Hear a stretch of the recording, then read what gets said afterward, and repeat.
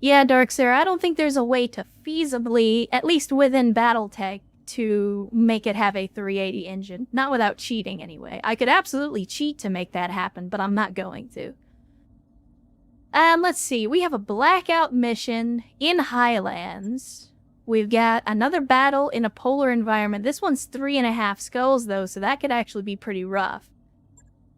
And then we have an escort mission in Tundra, also 3.5 skulls, so that could also be pretty tough.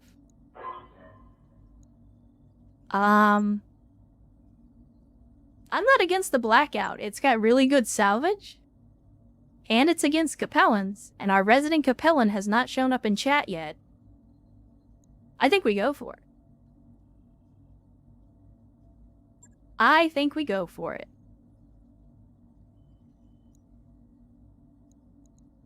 So Erst is going to have to sit this one out on account of the Disco Inferno currently being in the shop. Unfortunately, that's going to limit what we can bring out to the field. So I think we'll have Rex take the bench with one of our executioners. We'll swap that out for Bolo and the Naga.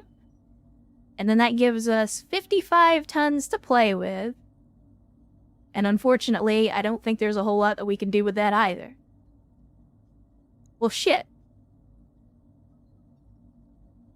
Chat, we might actually have to wait a couple of days. We've got too many mechs that are currently in the mech bay. I think we're going to have to wait a couple of days for some of these things to get fixed up. And we got more Merc news. Clan Diamond Shark issues Batchall, takes Twycross. What? Chad, I thought Diamond Shark already had Twycross. Well, whatever.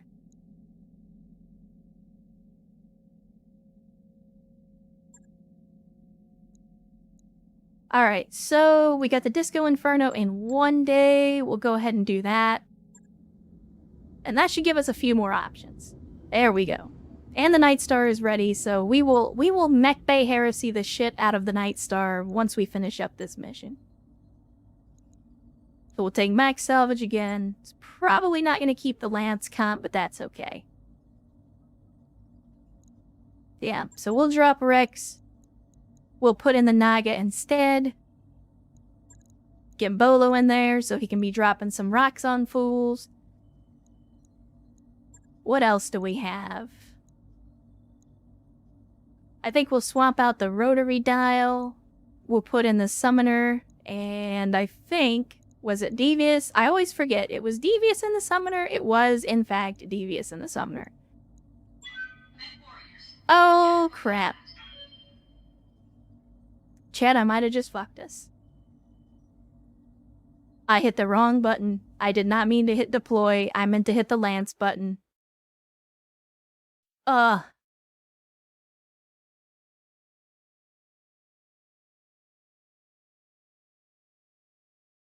you know what? Let it ride.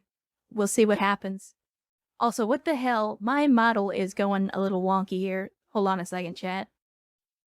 Let's do this. There we go. I don't know what the hell was going on with that. It's probably because I was busy jerking back and forth and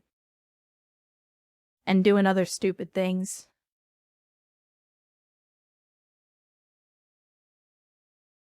Alright, Pistol, we'll have a good lurk. We'll still be here for a little bit at least.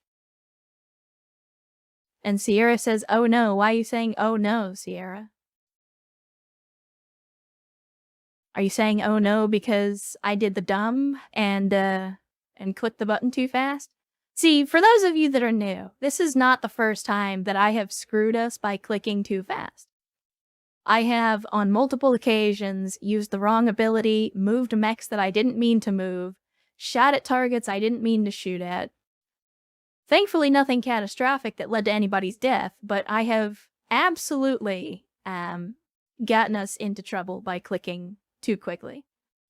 So this is not new. It's just the latest in a series of stupid decisions that I have made. Yeah, Yeah.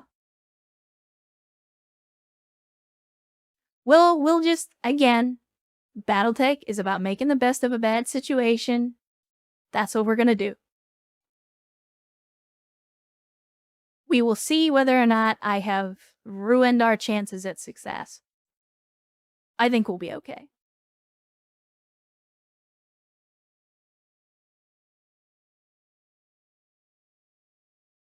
I mean, it could be Cylons. It could just be AI apocalypse in general. Yeah, it's probably the first time that we have made a full-on tactical blunder in a while. Well, I say we. That's the royal we. I have made a full-on tactical oopsie in quite a while. Flaglock, I don't think that the Cylons would survive in the Battletech universe because if you know anything about Battletech history, up until just recently, historically speaking, humans were very scorched earth in their approach to warfare.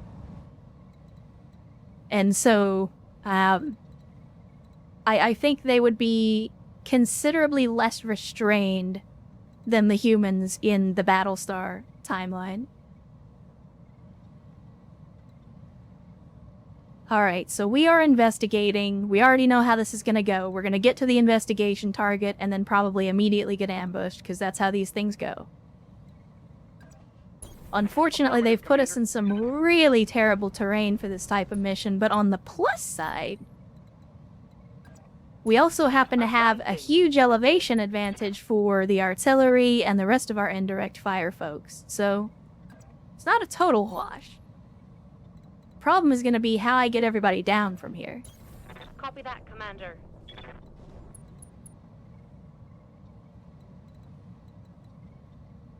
Well, not just nukes, Capsty. There's also chemical and biological weapons, which admittedly aren't much of a threat to, you know, robots, but, you know, you run into the destroying the biosphere of planets, the destroying infrastructure, the whole salt the earth kind of stuff.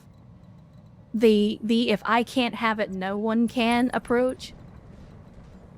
Like, humanity in the Battletech universe are just acknowledged. Some of the shittiest people. Like, the shittiest versions of humanity in fiction. Move order confirmed. Less so in the modern eras of Battletech, but even so, Head like, out. the idea of just glassing an entire planet so your enemy can't have it, regardless of whether the population is still there, like, that's pretty bad. Yeah, exactly. It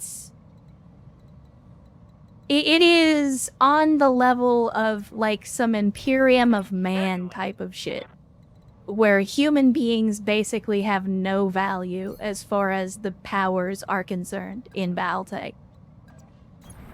You're asking a lot of an old guy.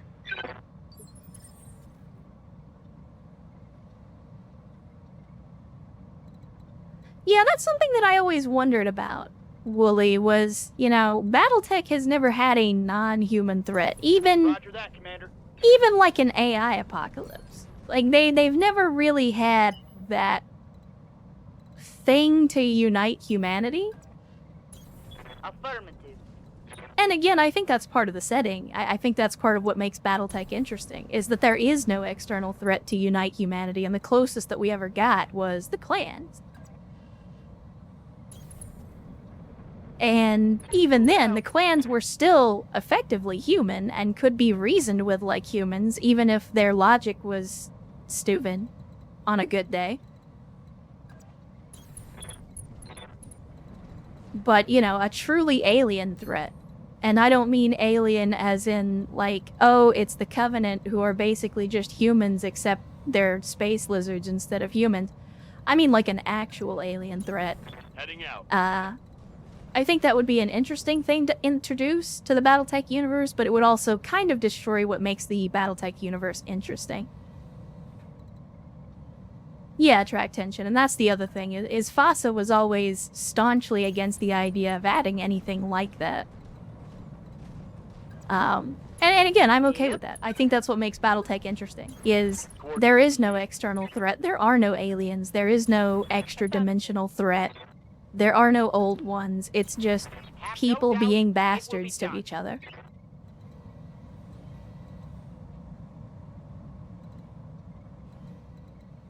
Yeah, there was no external threat in BattleTech to make humanity what it was. That's the real treatise of BattleTech as a setting, is the terrible state that the universe is in is all thanks to humans. It is an extremely cynical view of humanity, but again, that's the point of fiction. The point of fiction is to let us explore things like that. Let's see. Oh, that's right. You know what? I keep forgetting that the Executioners have jump jets. They're one of the few mechs that we have that do. I think probably Sierra will be okay up here on the ridgeline as well. I apologize in advance though, chat, because this is going to be one of those excruciatingly long missions just because of the way the map has been designed. Like, it's going to take us a long time to get this done because it's just going to take us a long time to get anywhere or do anything.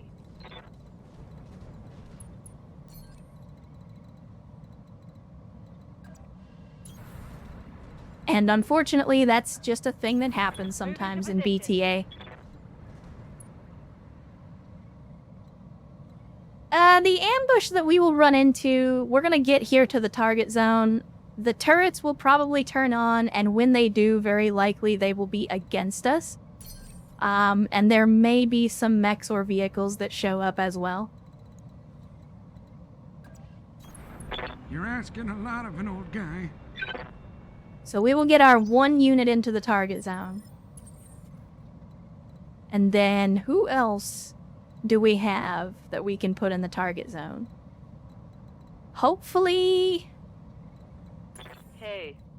Yeah, we're gonna have to get down here first. And then jump. Okay. I think Bolo's good where they are. Roger. Fencing heat. We'll just continue to move the rest of these guys down the hill. The nice wreck, we'll go ahead and put up on a little bit more elevation. We want to give all of our artillery folks as much elevation as we can get.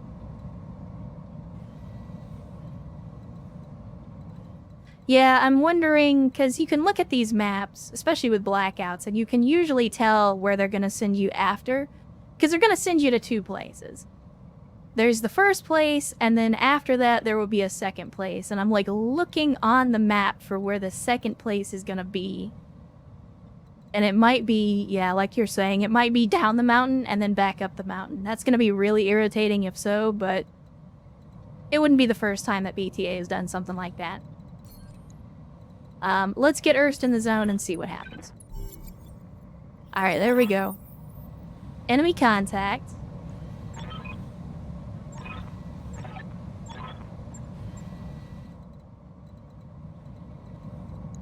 And, yeah, as expected, turrets. Oh god, these are some beefy-ass turrets. Holy shit.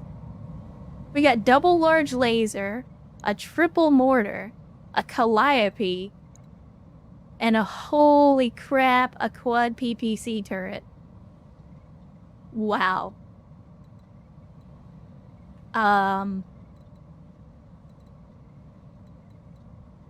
Be afraid, chat. Be very afraid. Good lord. And because this is the first turn, we're not actually going to be able to take any shots. So we just... Confirmed. All we can do is position our people as best we can. Copy that. And we'll have to wait until next turn before we can actually fire. Oh, then again, yeah, they're not even going to let us shoot. I was hoping we could maybe force fire, but... I mean, I guess we could try.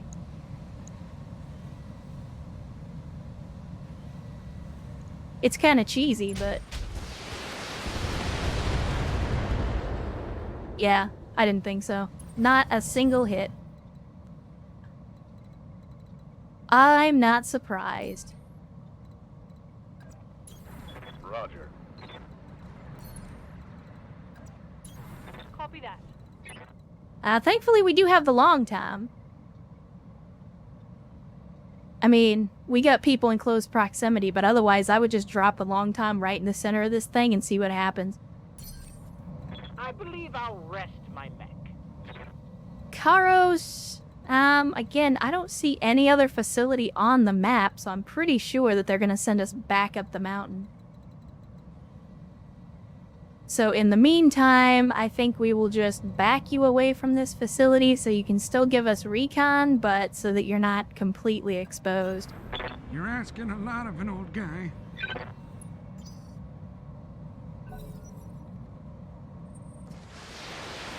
Oh, of course you're gonna let them go first. You assholes. Damage is minor, Commander. I didn't realize they were firing infernos. Also, apparently the AMS doesn't work against infernos, which is news to me.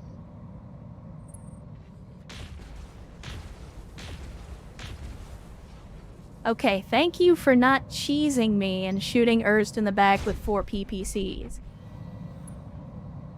Holy crap! Yeah, that's the danger of binary lasers, by the way. Sleeping. What do you want? In case you weren't sure why people are afraid of Scary. binary lasers. Ah, you're right. It might have been the mortars. Yeah, that's right, Zor. I forgot. The mortars look like LRMs in the game. Commander?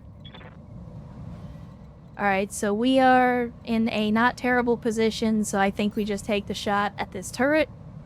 See if we can take out the PPCs, because to me that's the biggest threat right now. Confirmed. And we did not get the kill, but that's okay. We still got plenty of other people to go. Come, Nerevar, friend or traitor, come. Erst, anytime you have the opportunity to melee a turret, that's exactly what we're going to do. So first of all, we're going to defensive formation. Because you're probably going to need that extra defense. And then we will melee the turret. Which involves a kick and a full alpha. A noble blow indeed. Let's see, what do we got? Not quite enough. Oh no, it was. Outstanding Forgive workers. me, but I'm enjoying this.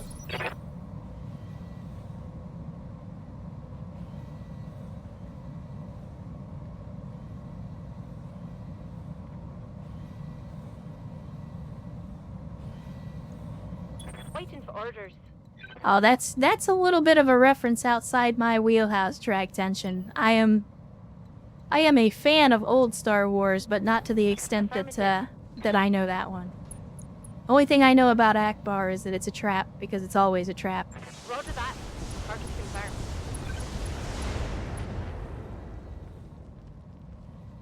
One less turret. It's always full alpha all the time, Commander. even against turrets. We don't play games. Well, I mean we do, but we don't play games about full alpha. I say we try to take the mortar first. Now let's see how you handle this. Goddamn rookies. If you had hit with that other AC shot, we might not have had to fire again. But first things first, Acknowledged. let's get Bolo out of the fire. That's a good start. And then we will fire both of the arrows at this turret and hopefully, if not destroy, at least damage the other turret in the process. I'll take it. I need a new target. Correct, Kermify. The answer to that question is, if you aren't going to shoot the gun, don't install the gun.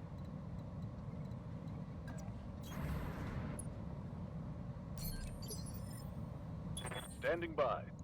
Okay, BattleTech did not like that. BattleTech, thank you. And we got buildings in the way, so I don't think Game Master's actually going to be able to get to a point where he can hit this guy. So we'll just have to move up here. Not going to be able to do much else. Unfortunate. Copy. Devious is up next with stripped leg armor, which is unfortunate. Maybe we just move back, face the other direction, since they're probably going to send us up the hill anyway. And we will let somebody else finish off. Well, I say somebody else as if we don't know who the somebody else is. Of course it's going to be Sierra. DFA the turret? You know, it's not the worst idea, but we don't actually have that many mechs with jump jets. And it would take a long time to get the executioner down here. So I think we'll just full alpha with the missiles instead. You don't bring 400 LRMs in a single mech to not use them.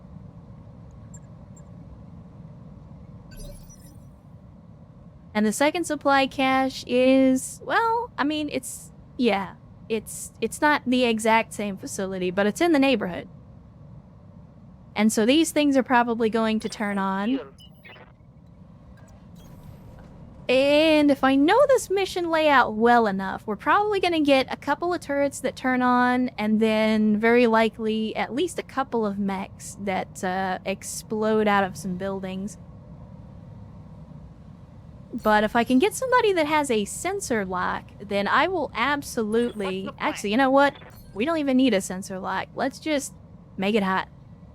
Mara, give him the business.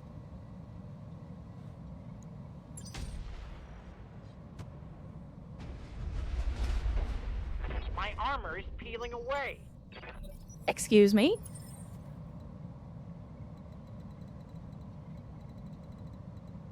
Why are you complaining about armor at that distance? And once again... Bolo! Or no, I'm sorry, that's the no-see. Shit, I thought that was Bolo. Let's go ahead and just charge up the hill here. I'm sorry, Typhoon. You're basically not going to do anything this mission. Confirmed. Holding in I'm not trying to run you guys all the way back up the hill. Let's see. Can we shoot at the ground? No, we cannot. Son of the beach? I mean, if it turns out to be a base defense blackout, then that would be funny as hell, but exactly what I expect from this game. BTA and RNGs often conspire to ruin my day. This would not be the first time.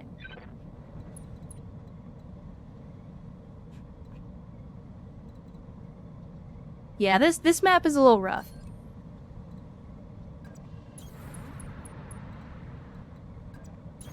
On the move. Let me see. Just on the off chance that it is a base defense, I will relent.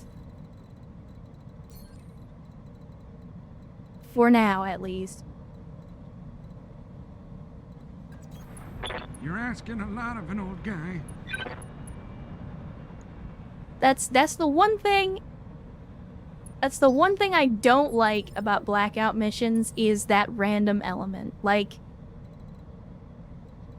if it were me, if I were in a mercenary company or running a mercenary company, the one thing I would not be doing is dropping my people into a completely unknown situation and saying, guess we'll find out what happens. Like, I understand that's a very military and mercenary thing to happen to you, but... 10-4. Like, if you can't even tell me whether I'm going in to blow something up or defend it, then we don't have anything to talk about in terms of business. On my way. I need to have, like, at least that bare minimum of understanding of the objective before I commit to anything.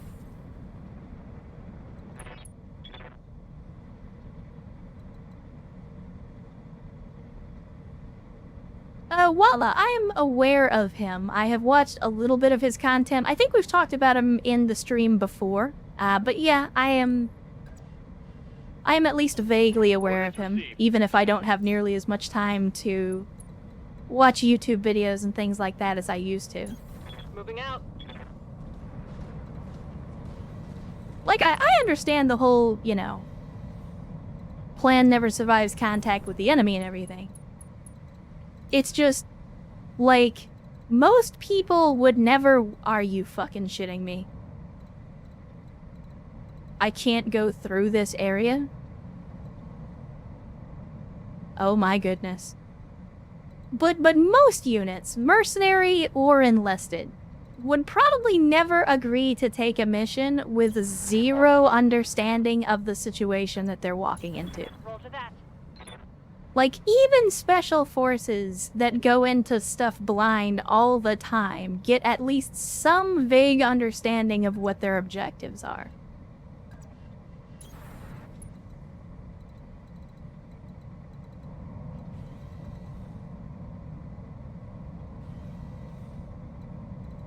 Oh, I believe it, Walla. The thing that I have learned in my brief journey as a content creator, especially within the BattleTech space, is right, or why the mission is necessary.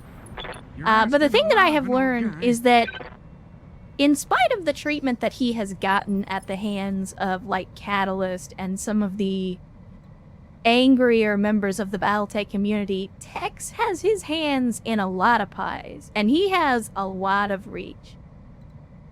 Like, he is friends with a lot of people that you would probably never expect. And that's, honestly, that's one of the things that I like about the guy. Like, he comes in with zero expectations and zero biases. Copy.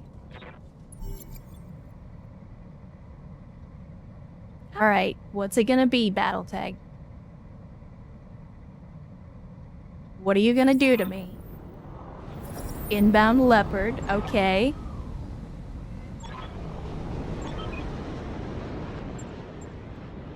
So what, we're just fighting? No additional turrets? Oh yeah, we do have, yep, we do in fact have to defend buildings. Well.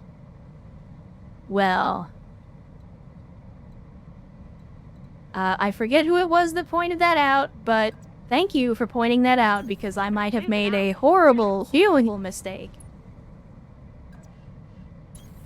I copy.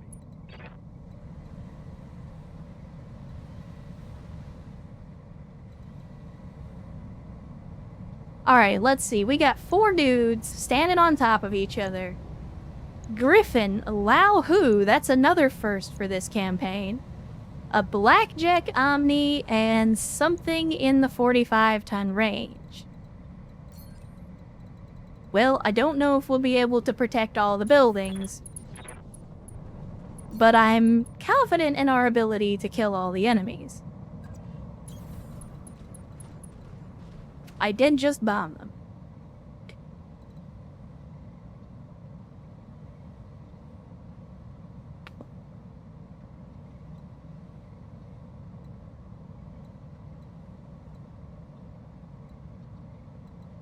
Yeah, that's true, Sierra. If you're into any kind of military analysis at all, like, a lot of those people get along even if you would never expect it. Location confirmed. Yeah, I don't know that our Rommels are actually going to get to a point where they're going to be useful before this engagement is over. BattleTech, what are you trying to do to me right now? Oh, well, you know what? No danger of harming our own people now. Awaiting orders. Why you do this to me, BattleTech? Oh, you're not gonna let me shoot at the ground, you son of a bitch. That makes me unhappy. Of course. That makes me extremely unhappy. Well, there you go, chat. We have learned a lesson today, and I feel like I've learned this lesson before and completely forgot it. You cannot intensify firepower and shoot at the ground in the same turn, apparently. Today I learned. I'm going to move Karos up, but I'm going to do it in such a way that we You're don't asking put a lot of him an old guy. directly in the potential path of artillery. Warriors, show 'em what you got. Shit, you say tomorrow I'll forget Bland-Aid. I'll probably forget before the next time I try to do it. Aye, aye. God, I was Karos, sleeping. What do you want? how far can you actually go? You can go about that far? Alright, that works.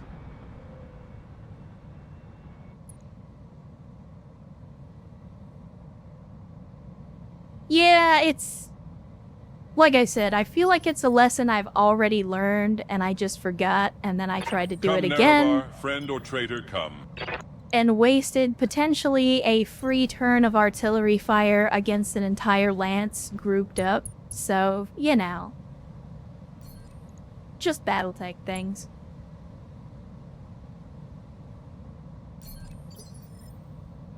Just BattleTech things. Yes, Commander. Let's see, Darksair with a Stormcrow. I don't know that we'll get you into a position to be super useful before the battle's over, especially with AC2s, but we will do what we can. Actually, you know what? The Stormcrow's pretty fast. We might be able to flank around. We might be able to flank around. And I'll tell you the other thing that I'm gonna do is I'm just gonna go ahead and do what they're doing, and we're all gonna reserve to 1. If the computer wants to cheese it, I will cheese it too.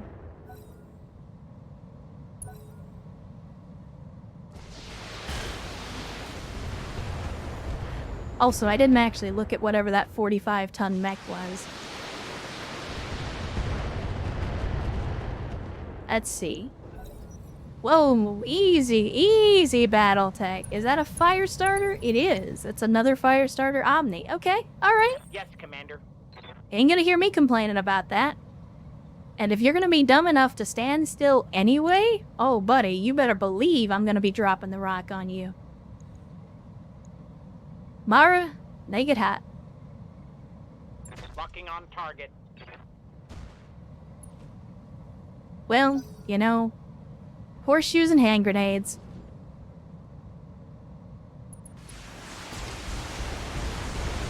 Yeah, you're in destroy building mode. That's okay, that's okay. That is okay. Commander.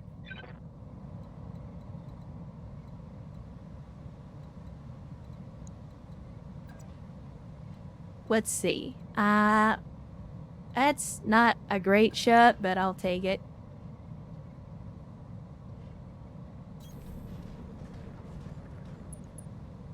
And let us, since you are the first to move, you are going to be the one to get the fire. Even though, god dang it, I was hoping we could hit him with the autocannons, but no. Well, even though it's not a great idea, maybe we can precision strike, get some decent hits on one of these guys. Like the Griffin. What's the Griffin packing? ERPPC Gauss rifle. That's not something you see on a blackjack often.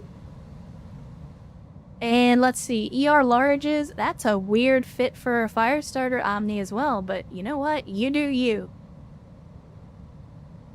It's a 1 in a million shot, but I'm gonna take the shot at the blackjack in the head. And we're probably not gonna hit. But if we do hit, it'll be awesome. And I see you, General Quarters. Let's fire first. Firing at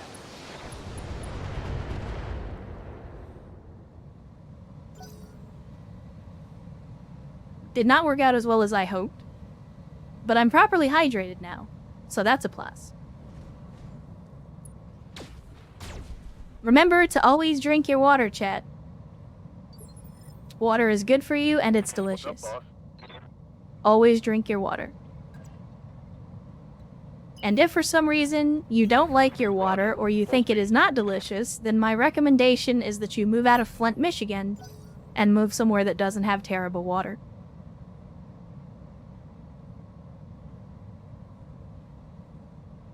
I apologize to anybody in the chat who may or may not be living in Flint, Michigan currently.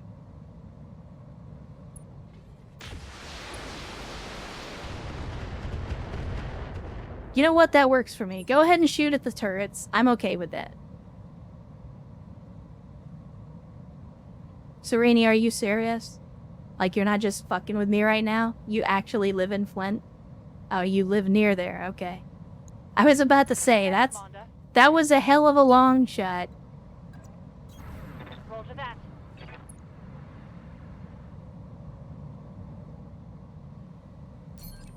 Yeah, you know you're living in a quality city with quality infrastructure when your tap water turns into chocolate milk. Or at least has the look and consistency of it. Orders? I don't think you're gonna be able to get up here. Alright, Capsty, well I can't guarantee how long we'll be streaming, but hopefully we'll be here if you get back, and if not, then I hope you have a great rest of your weekend and a wonderful holiday season as well.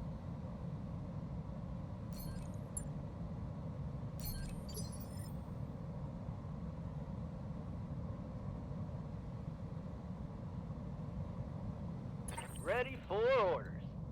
I mean, Gravelion, I've heard that about a lot of people that live in Arizona, not just necessarily in the Phoenix area, and I think that probably has more to do with how you guys get your water. Like, don't get me wrong, I'm not knocking on anybody for trying to live in Arizona, but to me, that always struck me as, like, the grandest form of hubris to go and try and build a giant metropolitan city in the middle of the desert with no access to any kind of life-sustaining water or crops, and then attempt to grow a city population of millions. Like, to me, that just seems like a bad idea at the face of it. Now let's see how you handle this.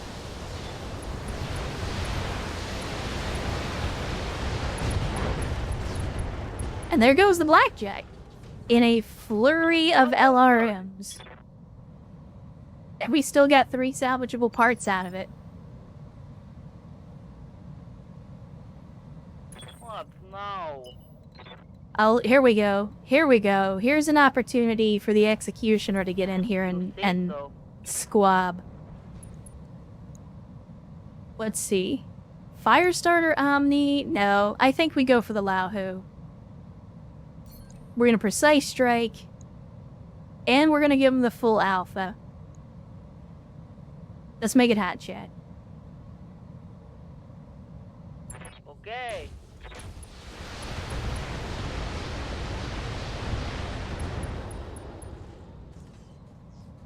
But And a head that's hit on top of it. Outstanding. My flamer is empty.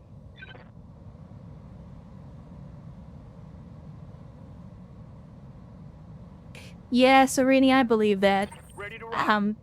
I mean, I live in a city or a metropolitan area now, but I have Double lived time, let's go.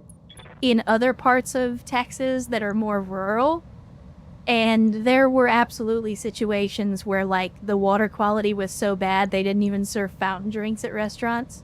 So yeah, I'm familiar with that phenomenon. It's like when you can't even get a Coke because they can't hook up the machines to the water. So we'll fire a couple of arrow 4s at this griffin. See what kind of damage we do. Not as much as I hoped, but we got some decent splash damage on this fire starter as well. I'm here. Now, is the RKO? Where is the RKO? Oh yeah, it's way, way back here. So probably not gonna do a whole lot. That's okay though. Hell yes. It's on now. Right, Sereni, yeah. Like Come, any Nerevar, friend or traitor, come. just about any kind of drink you got was always gonna come in a can or a bottle.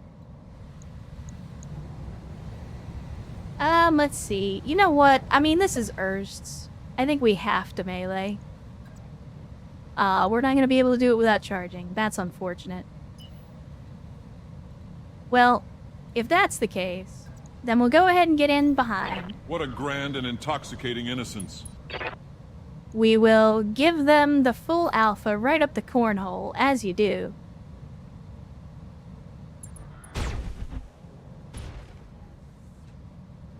And then we'll continue to hit him in the How sweet it is face. to be a god.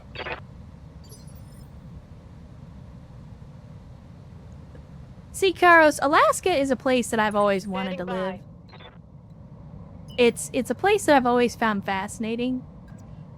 Go. And it's one of the few states in the US that I've never actually visited before. I have never been to the non-continental United States. So I've never been to God, I was Hawaii. sleeping. What do you want? I have never been to Alaska. But I've seen enough of it on television, in movies, things like that, that I'm like, yeah, I wish I could visit there someday. You're asking a lot of an old guy.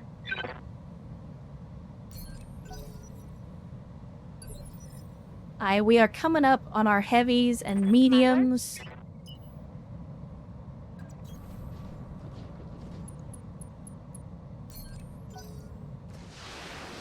Oh, the turrets. I forgot about the turrets. Don't hit Erst, you ass clown.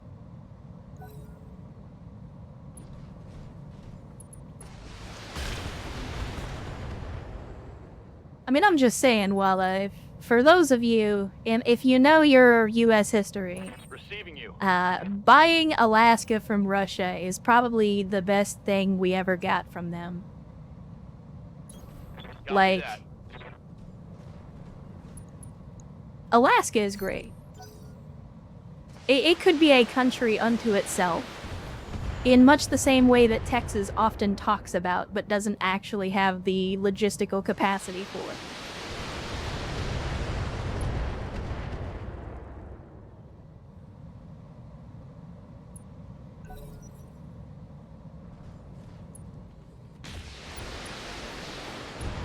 Oh no, the turret! Oh no!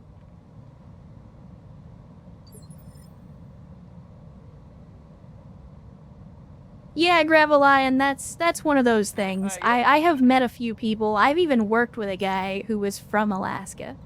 And, yeah, I would say they all have just a little bit something off about them, but at the same time, yeah, you can sometimes find that endearing. It didn't bother me because, I mean, hell, I'm a little weird, so it's whatever. I would argue that if you count yourself amongst the BPL's ranks, you're also probably a little weird. Orders. Hauling off. I agree, Bamboozle. Hauling ass. Got something you want done? Come on, Game Master. There we go. Going full throttle. Reporting. Alright, so the summoner's taking some hits, and I don't like the hits that the summoner is taking, but in much exactly what I expected, the enemy is basically trying to take the high ground on us, so I'm actually kind of happy that I decided to flank them a little bit. Because at least I'm not going to let them have that ridgeline uncontested. So we'll see if we can take the Lauhu off the field, and if not, we'll definitely set him up for the kill for Erst. Confirmed. And Battletech says no.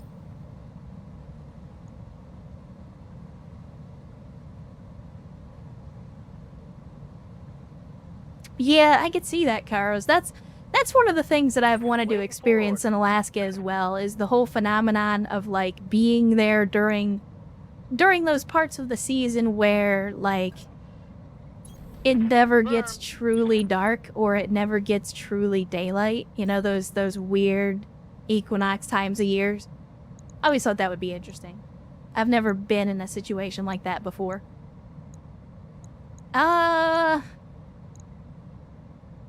Let's take the Griffin. Oh, well, if that's the case, then we can turn off one launcher and ride the red line. There goes the jump jet, there's an engine, and there he goes. You got. No more Griffin. Hostile eliminated.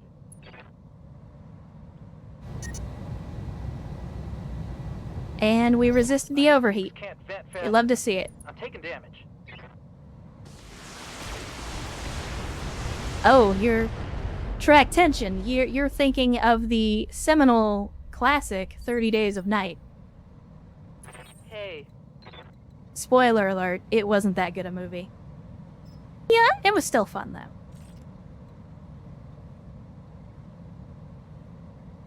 And Sierra randomly coming out of nowhere to smack Crew Card in the face with another holiday gift sub. Sierra, thank you once again, and Crew Card, welcome to the cult of bad tactical decisions. Enjoy your Ecto Cooler, where I promise it has no poison in it. Because I definitely would not poison you guys, ever.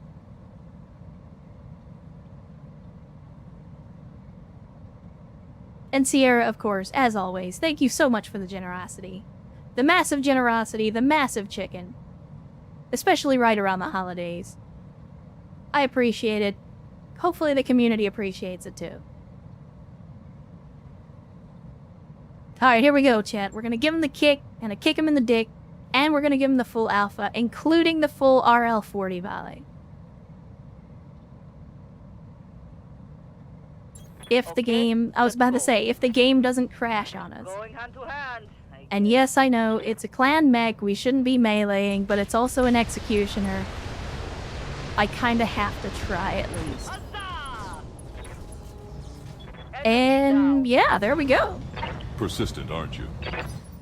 Did I kill the pilot on that one?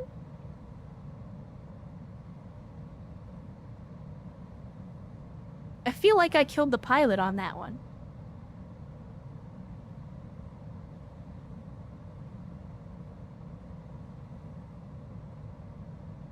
I mean, that's a fair point, Karos. That's a fair point. Reporting. I can't argue with the point. It's go time.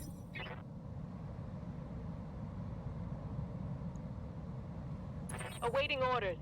Like, I literally can't sit there and say you're wrong. All I can say is, don't worry, just trust me. Just trust me. Alright, here we go. AC2's ostensibly in the back? Let's see. Well, in the side. As long as we bust through the arm, we should get a side torso hit and probably take this guy out.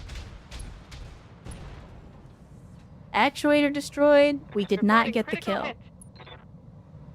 I don't know what to say to that. Look, you guys are bagging on Karos, but at least he's like, look, I know you don't expect honesty from a Capellan, but look at what he said. Like, nothing that he said was wrong. Come, Nerevar, friend or traitor, come. Like, I know that the first instinct is, oh, the Capellan is speaking, it must be a lie, but at the same time, like, nothing he said A was noble wrong. blow indeed. And the There's no kill, escape. there No we go. intervention can work in this place. There's our boy Erst, cleaning up. That is correct, Wella. That's the meme from the Captain America show. He's out of line, but he's right.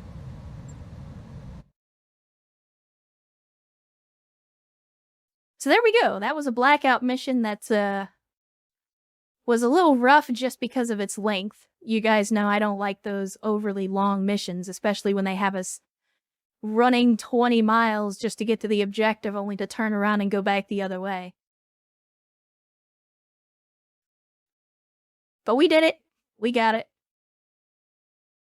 It just took a little while.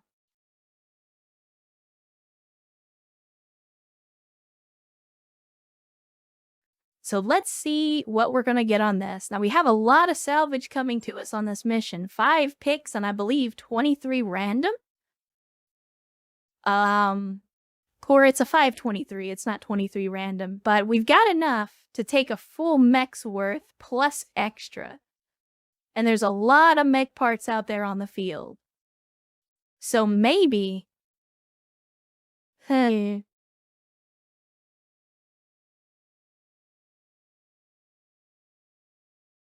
Maybe we go for the Firestarter Omni. Because remember, we already have some parts in storage for it. We already have 3 parts. So we could grab one of the Firestarter Omni parts and do that. I feel like at one point we had some Blackjack Omni parts, but either I just sold them right before we got more, or I sold them some time ago.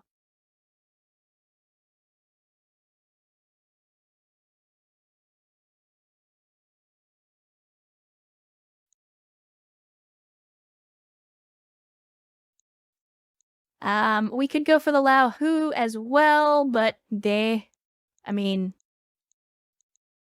it's whatever. There's also some interesting weapon systems here. We could go for the Griffin, maybe? I mean, I don't really want another Griffin, but well, no, that's right. It was only 3 parts. What do you think, chat? Because the only other full mech salvage we could get would be the Lao Hu. I mean, I know the Lao Hu is cursed. I don't want to keep it, but it is a 75-ton mech that we could completely build, strip, and sell.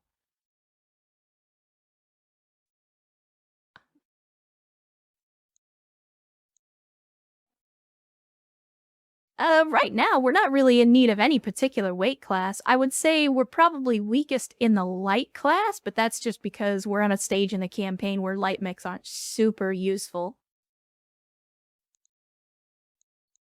But just looking at the weapon systems, I don't see anything that I'd be willing to give up a full mech salvage to have.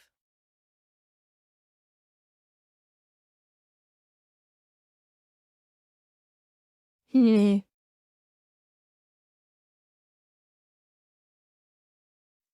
I don't know.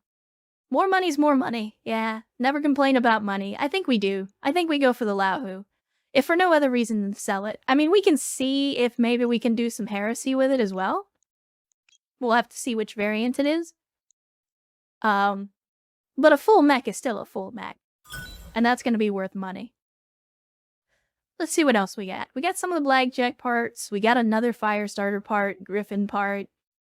Improved binary large missile launchers. Nothing amazing. Don't need that. Do we? Yeah, I guess I'll keep the case for now. And we need to rebuild our stocks of Inner Sphere weaponry, so I'll hang on to the rest.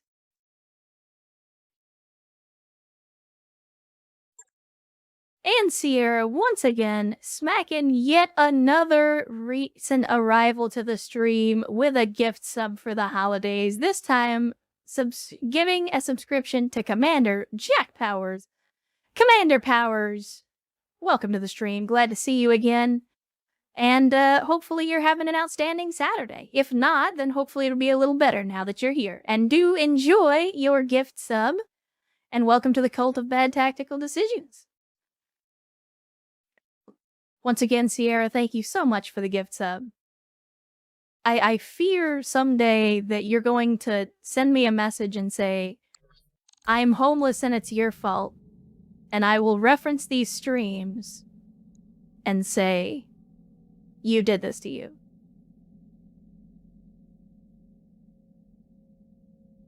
Alright, Gravelion, we will see you soon then. If we're still around, I don't know. We will see. Depends on how long you take. Alright, Chad, let's go have a look at this Lao Hu. Well, first of all, we got a fire starter we gotta put together. And again, we're still running out of room in the damn mech bay. I think I passed it up. Yeah, there it is. Oh, wow, we actually got enough for almost another one. That's impressive.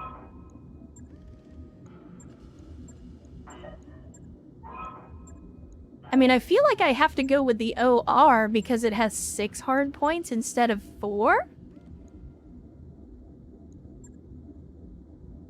Let's see, what's the difference here? Because if it's just the weapon loadout, then I'm not really worried about that. But since it's an Omni, it's going to be restricted.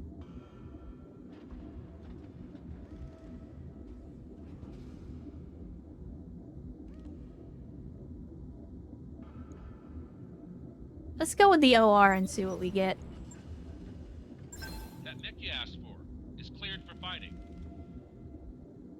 We will see what we got. I don't think it's going to be a replacement, for the Disco Inferno, but it might still be something fun to play with.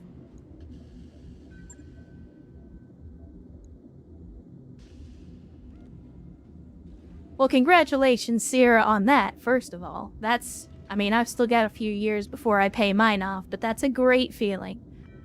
When it's all paid off and you don't have to worry about it anymore, it's great. It's great.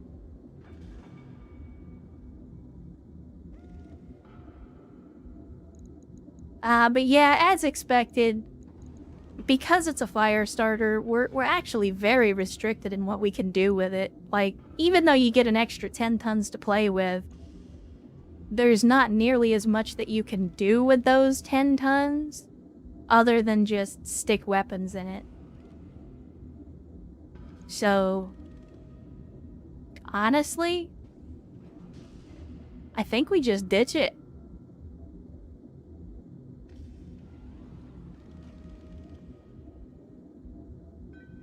I mean, it's not a bad mech by any stretch of the imagination, but at the same time,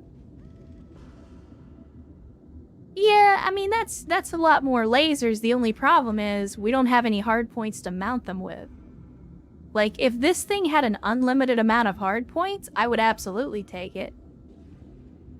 Yes, crew card. The light engine does exist. In fact, I think we have one. I just haven't used it for anything. But yeah, because so much of this thing is hard-coded, I just don't see us ever really using it for anything. Like, the Disco Inferno is infinitely more flexible, even though it has less tonnage.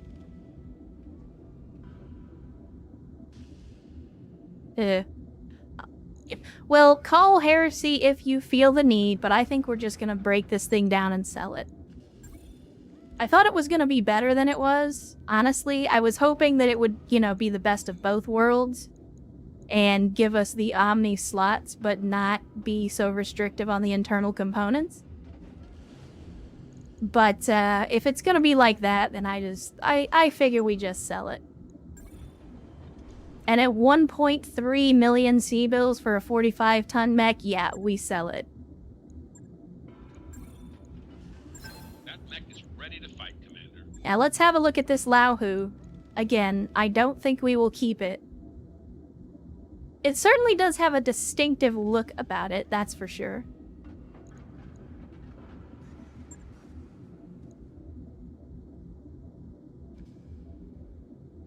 Let's see.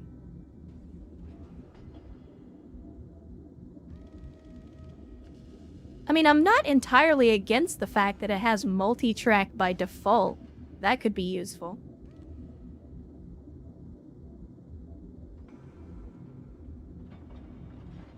Crew card, you are correct under default settings. And that's something that I actually get a lot. So, for those of you that don't know, by default, when you start up BTA, the salvage, and I'll show you the options so that you have a point of reference. So when you go into your difficulty settings, you have shop selling prices and scrap return values are typically different. So they're not going to be equal. I have set them to the same value because it's just simpler for me. Now, for those that wonder why are there two values, it's actually a very simple explanation.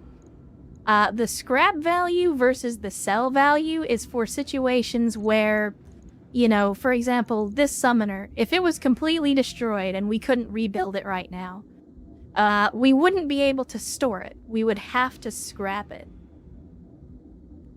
And in order to do that, we would lose money by scrapping it. Well, Sierra, again, thank you so much for all the gift subs, all the support. Thanks for hanging out in the stream. Glad you could join us. I do hope you have the best for your holiday with your family and friends. Once again, thank you so much.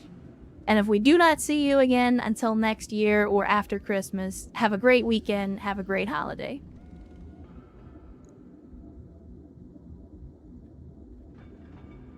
But yeah, so when you go to get rid of a mech that has damage, you're gonna get less money, theoretically, because the mech is damaged.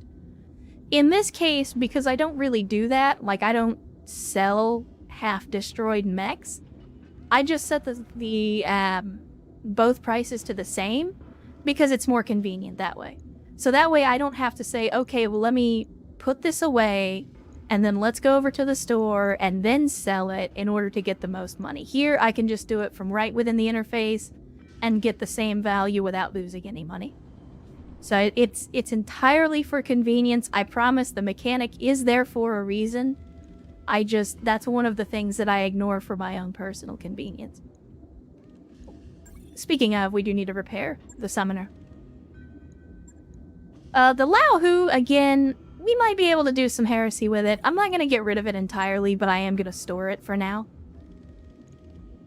And yeah, so now that we finally have the Wolf Phoenix, the Night Star, so for those of you that were not here last time around, I did tell General Quarters that I was going to let them have at least some say in how we built this thing, since again, he's been asking for a Night Star since the very, very beginning. Now, I may have to pull up the Discord here, but I have the basic gist of what they wanted to do with it. The thing that I don't remember is exactly what engine core it was, so hold on a second, I'm going to pull up Discord and have a look at that. Let's see. Sorry, I have a lot of messages. I have to go find the right one. Okay, so you were doing a 285 and a +1 E cooler for every design. So that's easy enough to do. So we go 285. We go with the +1 E cooler. And the basic gist of it was we're going to stick some medium lasers. And was it mediums or was it medium pulses? Again, let me remind myself. I think it was just ER mediums. Yeah, it was ER mediums. And we're using the inner sphere version. They have a little longer range and they generate less heat. And then the rest of this mech was just all the missiles. All the missiles. So first and foremost, I think the top pick was, what, the MRM-40s? I'm trying to look at the most expensive design. So yeah, the most expensive design you had there was LRM-20s and MRM-20s. Personally, I would love to stick a couple of MRM-40s in this thing and just run with it. Unfortunately, we don't have more than one of those. What we could do instead is stick in some 20s and do it that way, or we could go with the original design as intended and make it a mix, if BattleTech wasn't freaking out on us. So we essentially do something like that. Let me see. Apologies, chat. I'm going back and forth between Discord for the design and the game. And putting in a lot of ammunition, which that's to be expected. It's mostly going to be a missile boat. That does make us a very missile-heavy team, though. So that's another thing to consider. Oof. Also, another thing that I hadn't considered, we only have one bin of MRM ammo. Well, technically we have more than that, but we're using the rest.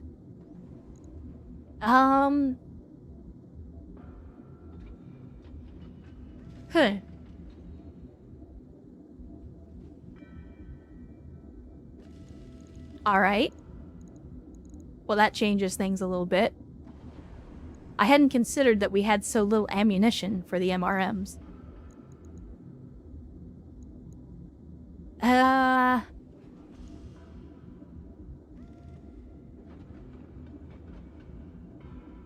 Well, I guess we could check the store. I'm pretty sure I checked the store when we got here, but I can double check just in case.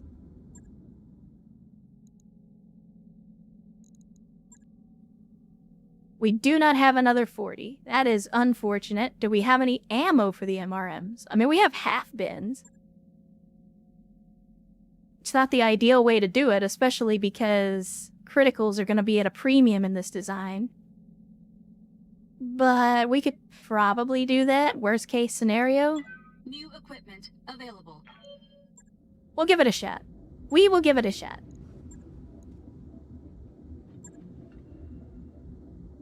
Now, sorry, Kuros, we do not have the Apollo. I have been buying up as much Apollo ammo as we come across, but we have not yet come across the FCS for it.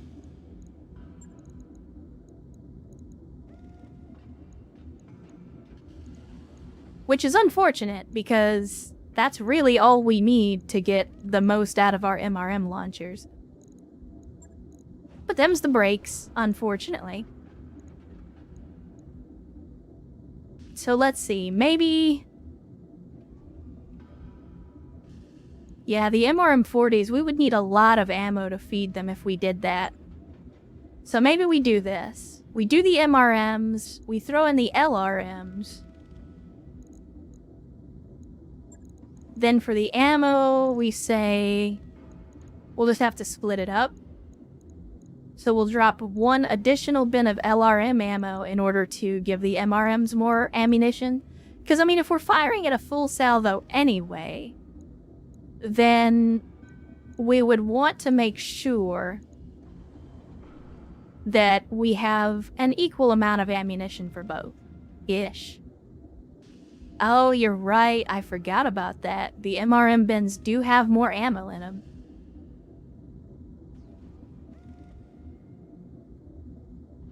Again, we're kind of cobbling it together here. But of course, the heat efficiency on this thing is going to be absolute ass. So that's where the majority of the weight in this thing is going to go, is to the heat sinks. So we have more clan doubles. That's what we'll use. See how many of these things we can cram in here. Oh, right. I'm sitting here thinking, like, why do we have so much weight to play with? The answer is the engine, you doofus. You didn't put the engine in it. There we go. That's a little bit closer to what I was expecting the weight to be at. Unfortunately, without the XL, that's as far as we go. We do have case, but I'm not going to use case. Instead, if I was going to do that, then I would probably just stick Clan Pharaoh in it.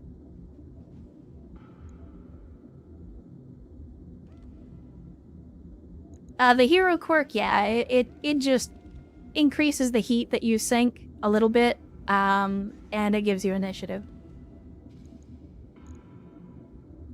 There you go. For those of you that do not know what the hero mech quirk is, it's -6 heat, +1 accuracy on all weapons, and +1 resolve gain.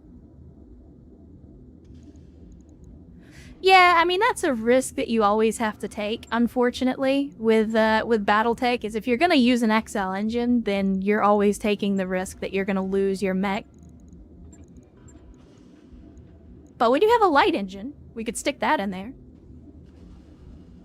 Again, heat efficiency is still going to be butt cheeks, but it's not quite as bad. Again, this is one of those designs where we don't necessarily have to worry about the lasers, because those are just backup weapons. So something like this, where the heat efficiency, I mean, it's not heat neutral, but again, it's pretty damn close. And if we're not firing the lasers and the missiles in the same turn, then we are technically heat neutral.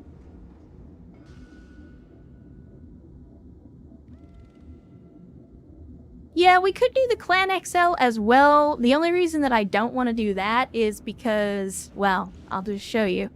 If you're not familiar with how Clan engines work, the light engine and all this is a 1,000,000 C-bill refit. I stick a Clan XL, it jumps up to 4,000,000 C-bills to refit this thing. So that's the reason that I don't want to use the Clan XL if I don't absolutely have to. Because roughly 3 million of that cost is going to come from the XL engine alone. And that's just one of the downsides of the Clan XL, is that if you put it in a mech that isn't a Clan mech, it's always going to cost you.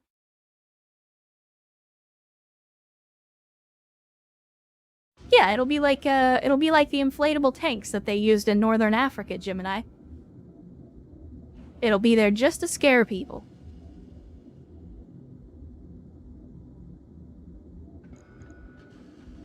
But what do you think, General Quarters? I think this is probably the best that we can do under the circumstances. We can't use the Inner Sphere XL because it's going to take up too many critical slots. I might be able to stick Clan Pharaoh in it just for the case. Yeah, it's not going to let me. So, I mean, we could drop a couple of heat sinks. Again, I really do want the Clan Pharaoh for the case on it. Although I have no idea what to do with the remaining tonnage if we did. Yeah, General Quarters did send me a loadout that was just all MRMs. The only problem is we don't necessarily have the launchers or the ammunition to support that. Alright, Dark Sarah, well, it was good to see you again. Hopefully you're gonna have a great rest of your weekend. Hopefully you enjoy your holidays. Glad that you could hang out with us for a little while. I wish you the best, and hopefully your holidays are outstanding.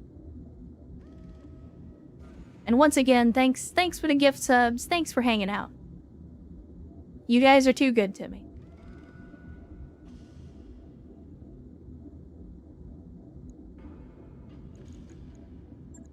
I mean, I guess with the spare tonnage, if we drop a couple of heat sinks, we could put case in this thing by default. I think we have a couple of things of case. If I remember right, where the hell is it now? I don't actually remember. There we go. There's the case. So, I mean, we could spend some of the spare tonnage to try to put case in there, but we're gonna have to... We would have to move it somewhere else, unfortunately.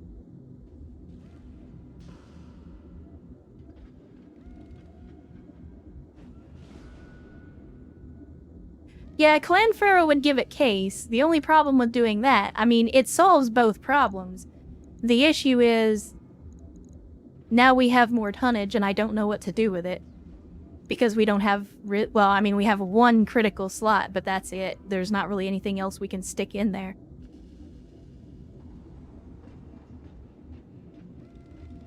Yeah, I mean, there's a lot of things that we could do with that weight, for sure. The problem is, we don't have the critical slots for it. Maybe... Hold on. Maybe... we go with an E-Cooler 5? And that will give us more criticals back. Because that's the only other E-Cooler that we have.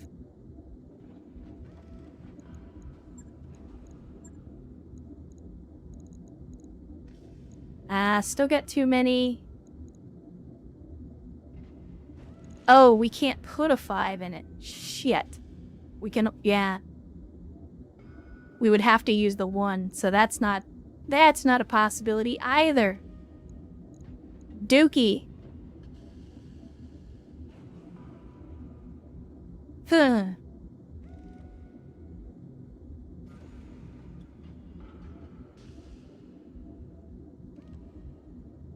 Yeah, I don't know. I'm kind of stumped here.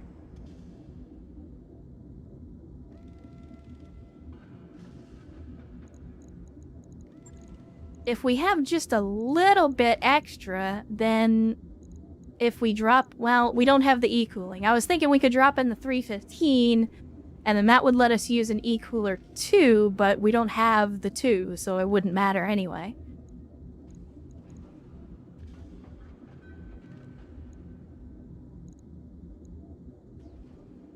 Let's see. Decisions. I mean, we could put the ammo in the feet, as you do. And Bamboozle wandering into the chat. Bamboozle, welcome to the stream. Glad you could make it. Feels like it's been a little while since we've seen you. But glad you could join us. Hopefully you're having an outstanding Saturday. Yeah, it is a slow mech. I mean, it's an assault, but it's a slow mech. We already knew that. So I'm okay with it being in the bag. We could go all LRMs. Let's see. Do we have enough in either of them? I mean, we could go with the clan LRMs, but God, those things are so hot.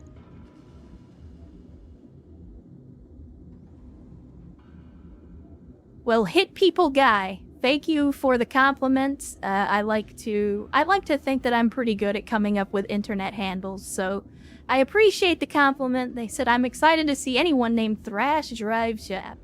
That is such a good name. It did take me a little while to come up with it. But I have been using that handle for a very long time. So Hit People Guy, welcome to the stream. Glad that I could catch you with my name. Let's see. If we dump the MRMs, if we go only Clan 20s, ditch this ammo. I mean, we're basically just turning this into another nice rack, is all we're doing. It's almost a carbon copy, but it's 20 tons heavier.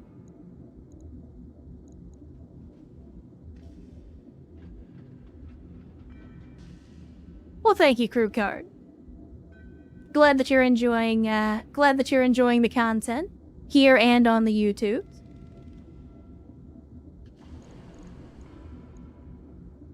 Yeah, I don't know. I don't know, chat. I don't know.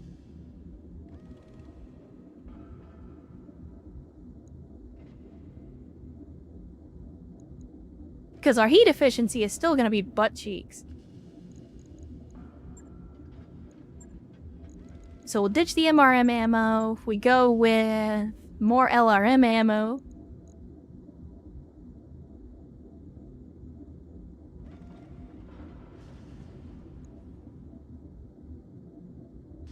Yeah, Crew Card, we don't actually have a Discord currently. Again, my community is pretty small, relatively speaking. I mean, we do have quite a few people watching, but the folks that are the regulars and actually show up, we don't really have a whole lot of people, and I already run pretty much my entire streaming operation on my own, so I don't want to add the draw on my attention of trying to run and moderate a Discord as well.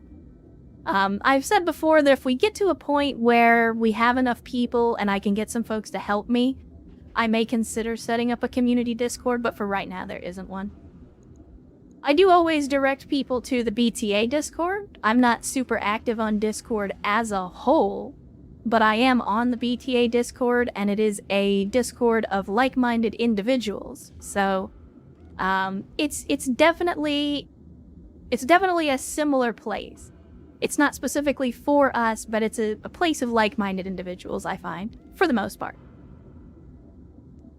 Well, see, Wallow, that's the part that I'm afraid of, is if I give people too much power, then they become 10-pot dictators, and I can't be having that. I am the only dictator in this particular establishment. Let's see, we gotta do something with this mech, though, that's the thing. No, I get it, Wallow. I'm using the classic yes and. Yes and. I'm not a dictator either. Although I will exercise veto powers if necessary. Yeah, I genuinely don't know what to do, chat. Like, I want to make this work, I'm just not sure how to do it. We could swap out for some inner sphere variants that would eat up some tonnage and drop the heat. But it still doesn't fix the root problem.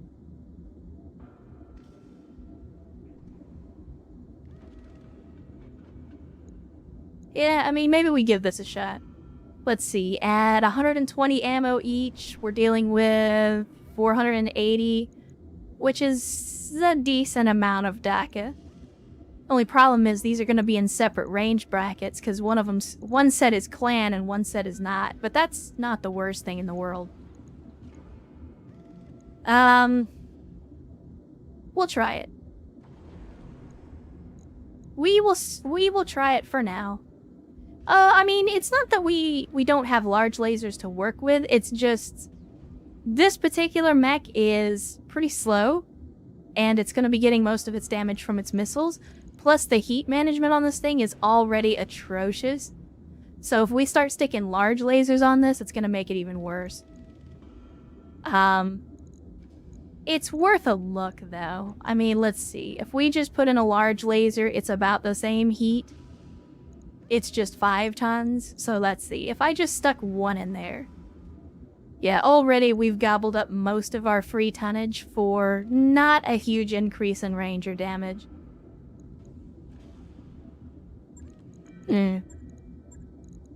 Hold on, we might be onto something here, chat. We might be onto something here. If we just go with the inner sphere versions and then we load up on heat sinks, what does that do for us? Because we're still at 50 heat. So we're gonna be running hot no matter what we do, but we can alternate. Poop.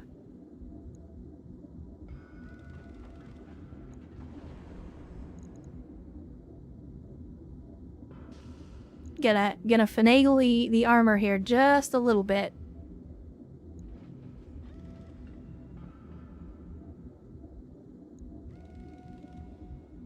Yeah, that's what I thought. Alright. Yeah, and again, as long as we focus on firing the lasers or the missiles and not both at the same time every turn, we're still not terrible on this design. It's not the worst thing in the world. And eventually we will hopefully find more MRM ammo and things like that that we can use to hew this closer to the design as intended. I definitely want to get this design to where General Quarters wants it. But for now, I think this is an acceptable design based on the stuff that we have access to. I'm also hoping that now that we're in the periphery, we'll find more MRMs and MRM ammo. I don't care for swarm ammo. Honestly, in my experience, it isn't all that useful. It just, like, it doesn't seem to do... It says it does plus 25% damage, but it doesn't feel like it does.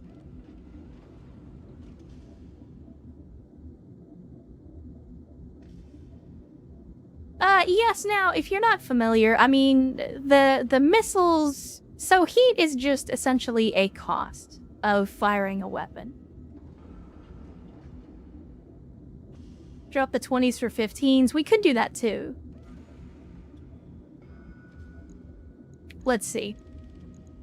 But heat is just a cost of firing weapons. It's not that they're venting into the mech or anything like that. It's just every weapon is assumed to generate heat.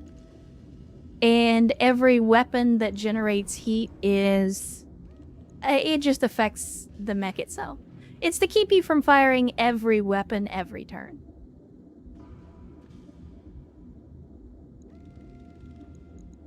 How much do you get in a bin of swarm ammo? Is it still 120? It is. Okay. Well, if that's the case, then I'll allow it. We will stick some swarm ammo in there because we're not actually losing any full alpha capacity.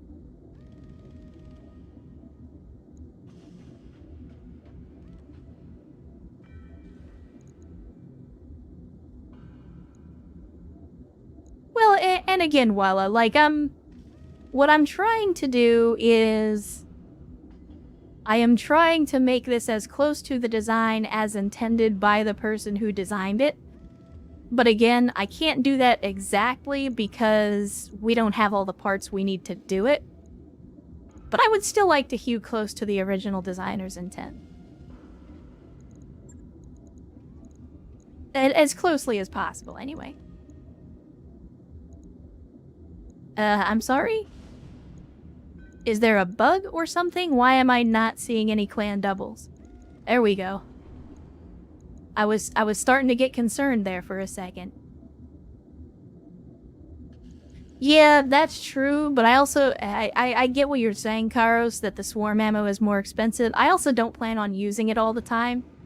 But we can still try it out. Again, it doesn't... We don't have to lock it in. Mech designs are not set in stone. So we can always adjust if we find that we're spending way too much money on ammunition, but I already expect to go in spending a buttload of money on ammunition anyway, because we're bringing a long time and a mech that shoots 2 arrow 4s per turn, so we're already spending a shitload of money on ammunition regardless.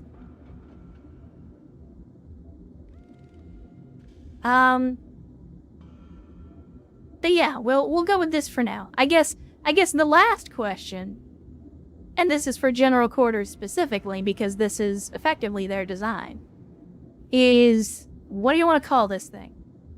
If it's gonna be your steed, then you gotta give it a name. So what are we calling this ball of heresy?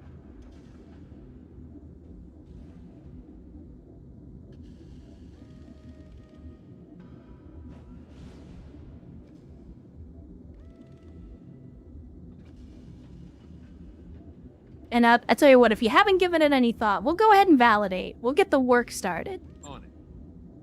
And we can rename it once the work is done. So in the meantime, because we've already been at this for almost 5 hours, I want to get one more mission in the can, if we can, before we head out and pay Santa a visit. So I think the smart money is do the battle. But we kind of got ourselves in trouble on the battle last time.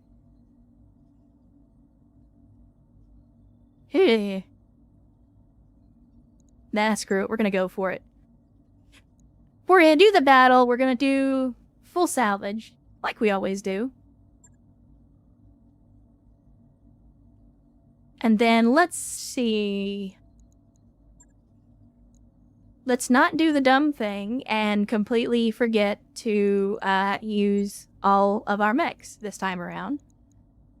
So I think everything's good here. We're still within the weight limit. Can we potentially eke out? Tell you what, we'll switch out Thenosi and we will put in Rex instead, since they didn't get to go out on the last one. I'm debating on whether we ditch the disco and put in something a little bit heavier. Actually, I don't think we can. The only thing we could afford to put in would be the Hatchet Man, so we have to go with the disco.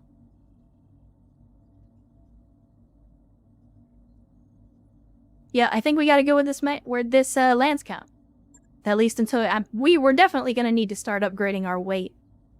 That's something that I've been putting off because it's very expensive, but we happen to have a lot of money right now, so maybe it's time.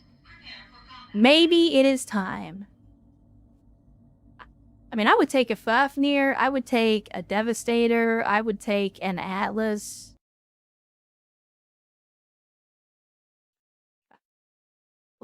I'm never going to turn down more assault mechs. The trick is going to be having the available tonnage to actually field them.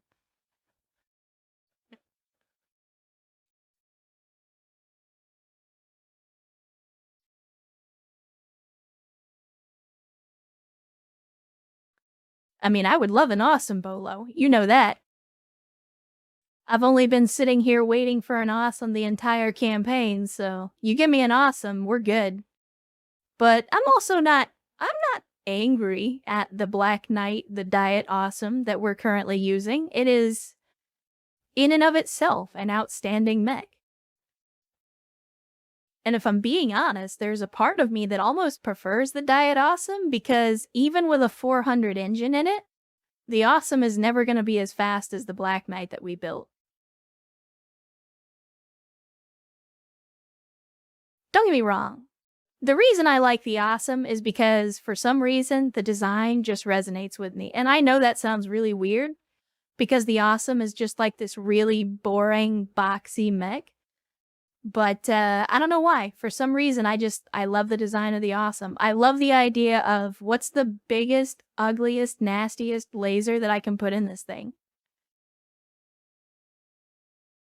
And that's all the Awesome is. It's like, here's the biggest laser they make, and here's as many of them as we can fit in this chassis. And I'm like, yep, that's what I'm about.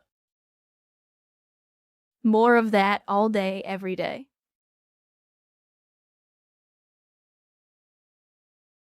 So yeah, ideally, if I could get my hands on a 10Q Awesome, that would be the best. Because that's the one that's basically, I wouldn't have to change anything on it because it's perfect the way it is. But I could probably turn any other Awesome into something similar.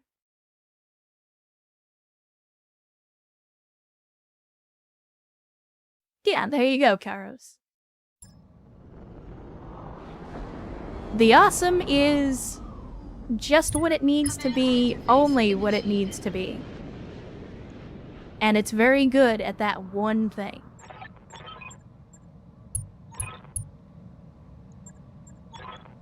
Alright. So again, because it's a battle, all we're doing is destroying enemy units. Is this a map bug? Oh no, that's just a building. I saw something bright and didn't know where it was coming from.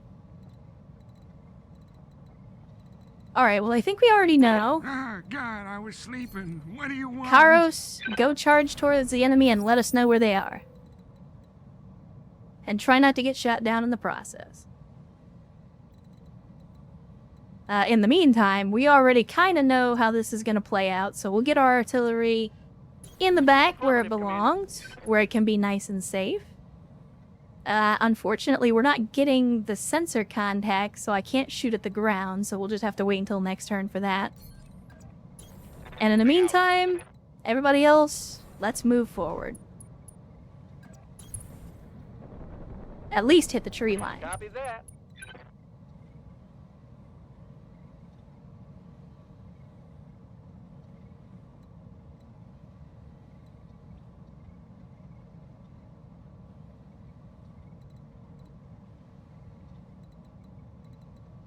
Yeah, that's fair, Crew Guard. I mean, BTA is a labor of love from a lot of people in the BattleTech community, so it only makes sense that Bloody Doves and the rest of the team would show some love.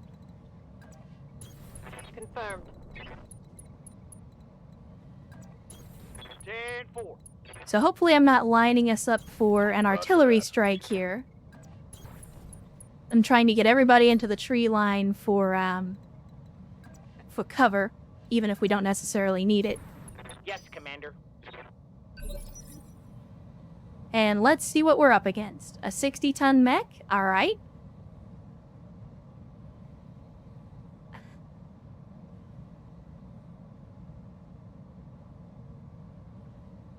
Yeah, that's true, Wella. There aren't a lot of accents. I mean, there are some by default in the game. And I try to use them sparingly so that they sound unique. Come, Nerevar, friend or traitor, come. But yeah, there aren't a lot of accents in the game. This might be a mistake, but let's go ahead and move up Erst. And there we go, already. So we got a chameleon with a busted large laser. 60, 65, 75, and another 65. Alright, so we've got a lot of tonnage on the board. Which is good, means the salvage won't be completely useless. Ah, God, I was sleeping. What do you want? In the meantime... you don't actually get that much more distance for sprinting in a VTOL, do you? We'll go ahead and move forward. Oh, I don't like going fast. It's scary. Get that glorious, glorious forward recon. An Ostsol. With a whole bunch of lasers. Well, you know what? Speaking of lasers... Take some medium lasers in the back. Or not. Never mind. Oh, don't worry, Karos. I doubt very seriously that this is everything. There may be more mechs out here. Skipper. I doubt that they would throw only 5 of them at us. Not at this difficulty. I'm picking up a new sensor tray. Yeah, that's Looks what like I enemy thought. Reinforcements. That's what I thought. We can't really take any shots, unfortunately. But what I can do is try to sensor lock one of these mechs that we don't currently have a visual on. See what else we're up against. Okay, a Valkyrie 2. Interesting. I mean, it has been a little while since we, Commander. since we threw hands with Davian, so I gotta remind myself what they typically bring to the field.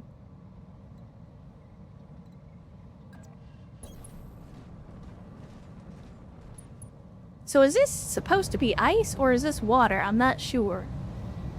Because we're getting the water bonus, even though Oh, it is ice. It is, in fact, its own thing. Yeah, there's not really any point in taking a shot at these guys right now. We'll definitely be able to do some damage with artillery, but having our regular folks trying to take shots at these guys right now with spawn protection is going to be a waste of ammunition. Apparently Davian needs to think about this for a while.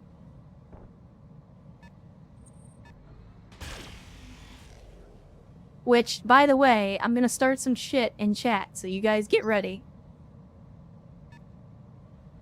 Because I've heard it both ways. Oh, looks like we got the B team out here slipping and falling again. But here's your question to go at each other's throats in the comments in the chat. Is it pronounced Davian or Davian?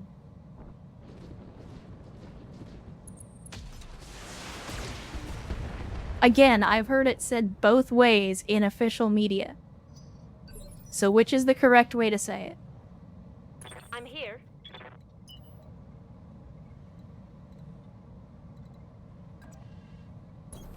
Quick stepping it. Yeah, that's a chat grenade for you guys. Feel free to debate.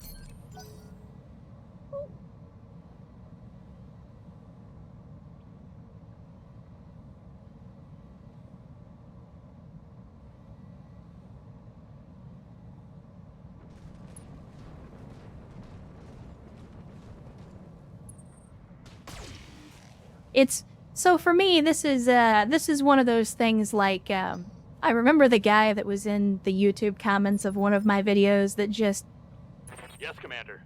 was so angry that I kept pronouncing it gauze instead of Gauss. And I know that we've talked about this. Like, I understand now that it is Gauss, and I understand why. But that's always been one of my favorite things about fiction, is when you have a thing that's basically made up, but then people want to get up in arms about, oh, well, this is the right way to say it, or that's the right way to say it. And it's like, guys, it's a fictional setting. It's okay.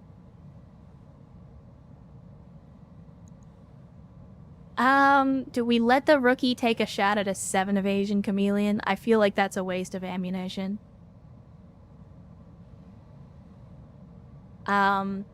Maybe at the champion. Oh, wow, I didn't realize we had a champion on the field as well. Okay. Well, that's one of our 60-tonners. Screw it. Take a shot at the chameleon. You got basically no chance, but do it anyway. Yeah, I didn't think so. Reporting negative damage.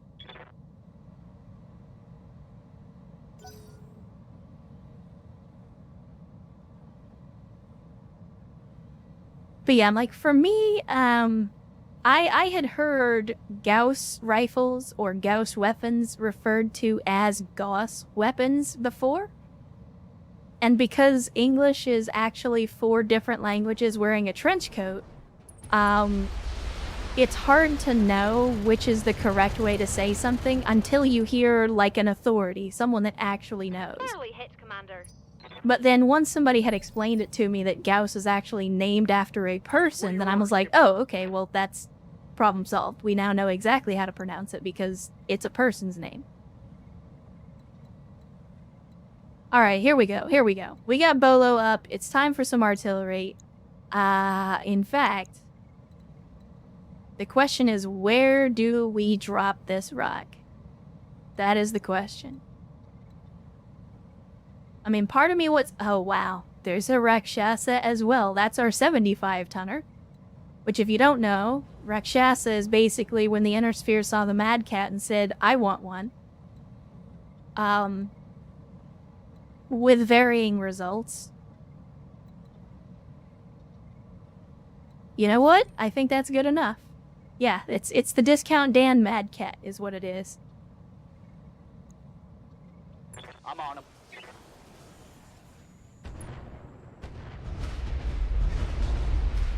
Well, on the plus side, those enemy buildings are getting it hard.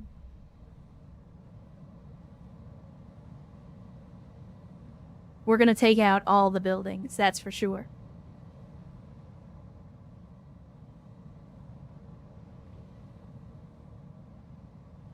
Alright, BattleTech, come on.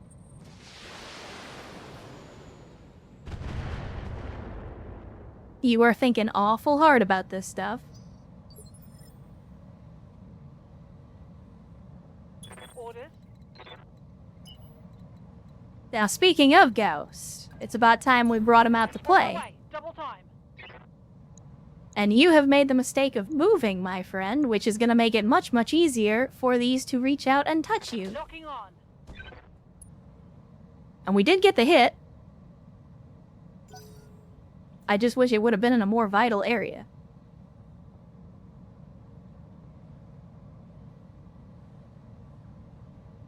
That's okay, the long tom is coming up. If there's one thing that I like about the long tom being a 95-ton weapon system, or the carrier for it at least, it's the fact that because it's at such a low initiative phase, it has the advantage of going after everybody else has. And so what you can effectively do is you can pick and choose your targets basically with impunity, because no matter what you're shooting at, nothing else is going to move after. Well, almost nothing. Occasionally you'll get an assault mech that does, but it's rare. Locking on target. And we got another hit, and we exposed some structure on the roughneck, so that's a good start.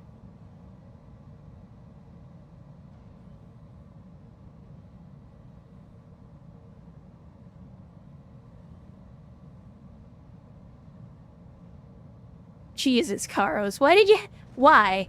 I know you're Capellan, but Jesus, man, why? Don't do that. Don't say that shit. I don't need to know that. I mean, also, shame on them if they're housing their families in a war zone, but Roger that. come on, man.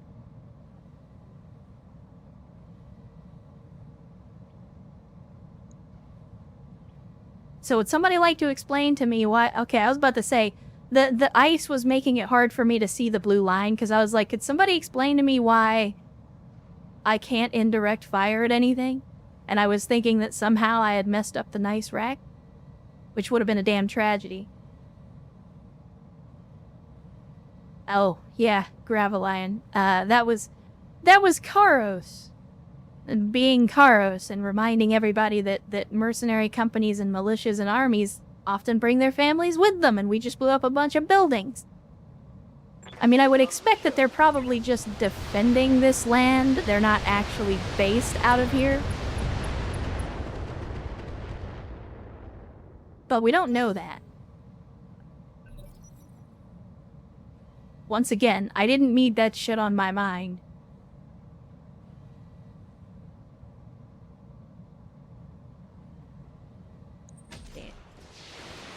Oh yeah, general quarters, if you're looking for STLs out there for BattleTech, I mean, there's a buttload of stuff out there. Not just the paid stuff either, there's a lot of free stuff out there.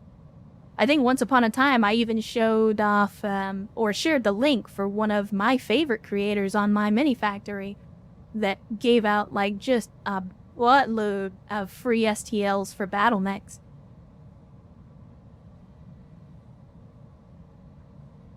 Man, do you guys want to, like, take your turn or what? What's going on here? Why are y'all thinking so hard about this?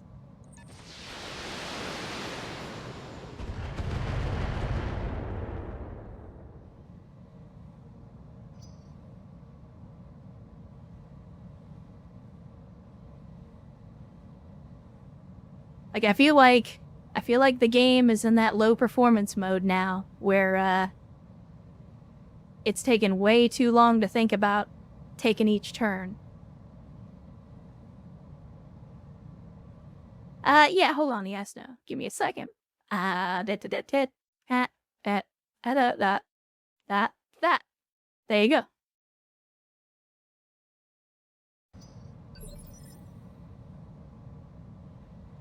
Well, there you have it. Cults is your friend. I've got your back. For those of you that are out there in the 3D printing space and don't already know about cults, what the hell are you doing? You have orders? Talk to me. because Cults is definitely one of my favorite places to get free stuff. Copy that. Especially when that free stuff is very reminiscent of a certain British wargaming company's products. Because if you think that paying $65 for a package of 10 plastic men that you then have to assemble and paint yourself is a good deal, then you are insane. And like Forrest Gump, that's all I have to say about that. What's the plan? Alright, Mara, here we go. Let's bust out the long time and see what we can do with it. Oh no, Drum. GW has been on a crusade against 3D creators for a long time. They're just now starting to get a little more savvy about the... Like, for the longest time, people would use, like, code words and things like that to describe what they were creating so that it wasn't obvious. It's go time. Like, you wouldn't call them Space Marines, you wouldn't call them Imperial Guard, you wouldn't call them Sororitas, you don't call them Tau, you call them Communist Fishmen, or something like that. So, like, if you know, it makes perfect sense. But yeah, it's... I think it's funny that GW is so angry about 3D, and you guys got me on the soapbox. You got me on the soapbox. I think it's funny that the Games Workshop is so angry about people in the I got you. in the 3D creator space, like copying designs, or not copying designs, but like doing their own renditions. And the minis that these people are creating are more detailed, easier to assemble, more dynamic poses. They're just better than what GW is putting out in almost every way. And yet, even though they do, like, they go after these people and try to shut them down, and it's like, why don't you do better then? If you're angry that these people are doing that, then do better.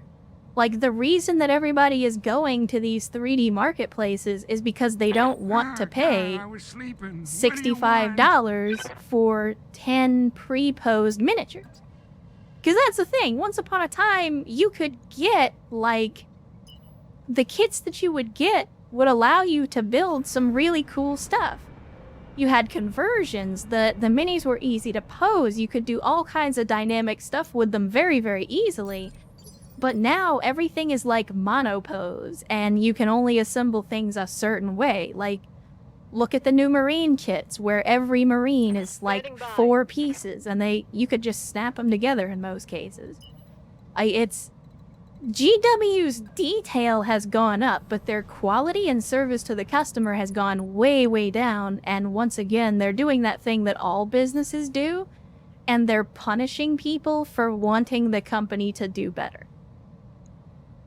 And the thing that's even funnier to me about all that is, if you look at anything that GW has posted in their promotional material for, like, new miniature Come, ranges and Nerevar, stuff, friend or traitor, come. in, like, the last 5 to 7 years, it's very, very obvious that they are using 3D printers to prototype all of their models. And yet, in spite of that, in spite of doing what they should do, and, you know, getting on the bandwagon with 3D printing and selling STLs and stuff like that, they could easily do it. They just don't. Like, imagine if you could buy STLs. Would you mind paying $65 for an STL of a squad of Astartes? Like, you know. And that's the thing. Like, Games Workshop has noble always blow been indeed. pretty bad about the way that they treat their customer base. Like, they're overly protective of their IP. But if they were just a little more... I don't know, if they were a little more understanding of what their customers want and weren't so hung up on being greedy and the price. Like, that's part of the justification that GW is giving for why the mini prices are increasing. They're saying, oh, well, it's because we're losing so much money because of 3D printing. And it's like, okay. you can fix that easily on your own. You have all the tools you need to put a stop to that. And I promise you, increasing the price of your miniatures is not gonna make people want to buy them more. They got a sensor lock on me. I mean, I could go on for days, weeks even, Waiting for about orders. all the different things that GW has done wrong in the last 10 years. And this is as somebody who loves 40k and loves the lore and still has 40k miniatures. Like, the problem with Games Workshop, and the reason that they're flailing wildly now, that they don't know what to do about 3D printing, is because for the longest time, Games Workshop basically had a monopoly on miniatures gaming. And I don't mean that they had a literal monopoly, because obviously they didn't. There have been plenty of tabletop games out there for years that have existed. But when it came to miniatures games, if you didn't know anything about the hobby, the one part that you were probably Persistent, aren't you? familiar with was going to be Games Workshop products, either fantasy or 40k, or maybe even Lord of the Rings. But Games Workshop was the number one. They were the top dogs in minigaming for 30 years. And none of their competition was ever able to displace them. They never had to worry about WizKids or FASA. They never had to worry about Privateer Press and War Machine. They didn't have to worry about Infinity. They didn't have to worry about AT-43. Like, they didn't even have to worry about Dungeons and Dragons because the majority of players don't even use miniatures anyway. So they had a stranglehold on the miniatures gaming market for decades. And 3D printing is the one thing that they can't control. They cannot stop people from buying 3D printers. They cannot stop people from designing their own 3D models and printing them. It's the one thing that they could not count for, and it's the one thing that they can't do anything to stop. And it's why they're going after the rest of the community and the rest of the creatives so hard. Because again, it's basically lashing out. They don't know what else to do. Copy that, Commander. Yes, that is correct, Bolo. I just name dropped Commander. AT-43. And I regret having sold those miniatures every fucking day of my life. Because that game was awesome. I miss it. But yeah, it's like I said, the problem with GW is that now they're being faced with an end to their monopoly and they don't know how to combat it. Because it's not a company that they can sue. It's not somebody that they can take to court. I mean, they can try to take the 3D sculptors to court, but what are they going to get out of it? They're going to shut down one guy, one 3D sculptor, and 10 more are going to pop up the next day out of spite. It's the one thing that they cannot fix with an army of lawyers, and it's sad that Ready to rock. that's the only thing that they know what to do with. Yeah, it was, God, what was the name of that company now that I think about it? I can't think of the name of the company, but yeah, AT-43 was run by a French company. It was actually really, really good. But yeah, that's a little bit more of my GW soapbox. I love 40k. I love Warhammer Fantasy.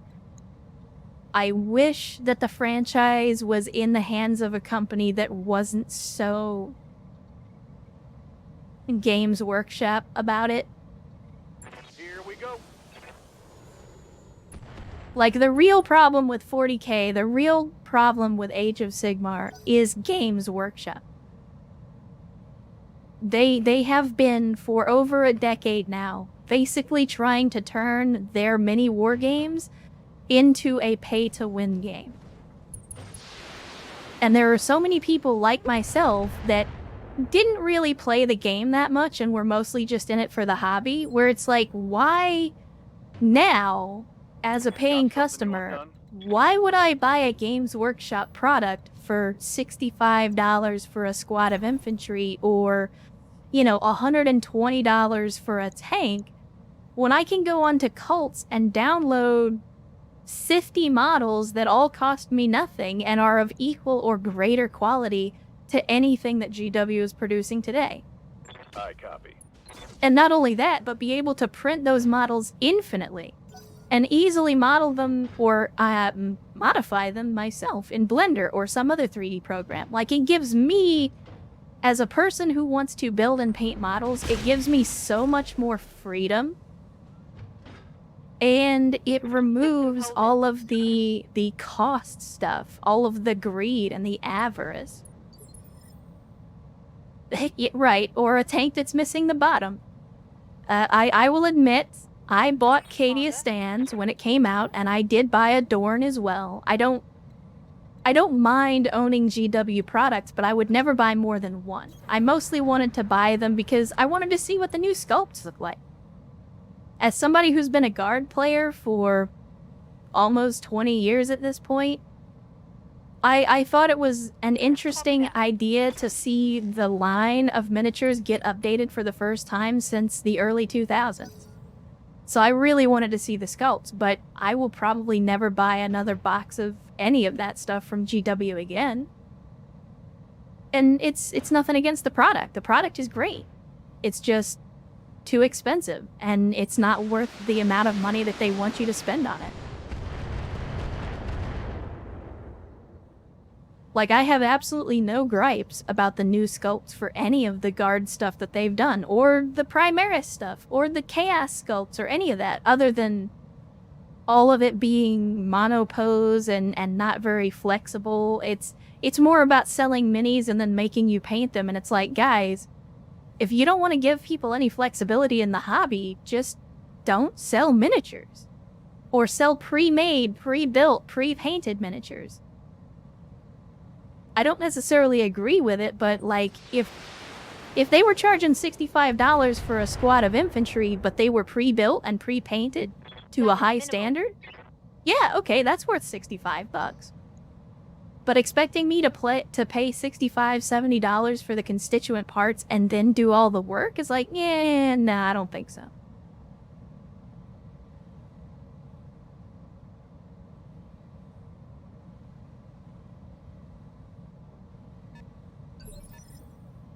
Yeah, Capsy. And that's the thing, is like, you look at the Primarch models, and yeah, they're big compared to the average infantry model, but they aren't worth $120. They're not worth $150 or $250 or whatever your regional equivalent is.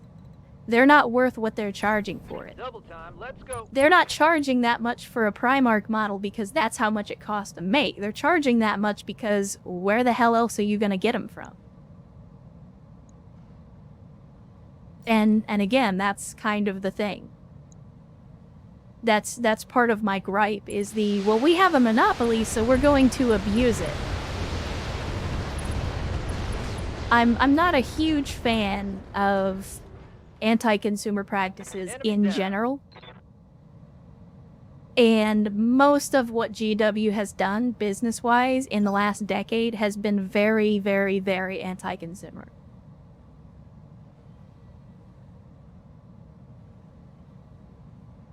Oh yeah, don't even get me started on that, AFP. I won't get into the minutia of how the guard codexes have changed over the years. But, yeah, I'm not a fan. I'm not a fan. I mean, for fuck's sake, are any of you Tomb Kings players? I bet not anymore. I think that's all I have to say about that to get my point across. Sprinting. Like, the only way you're gonna play fucking Tomb Kings right now is if you're playing Total Warhammer 3.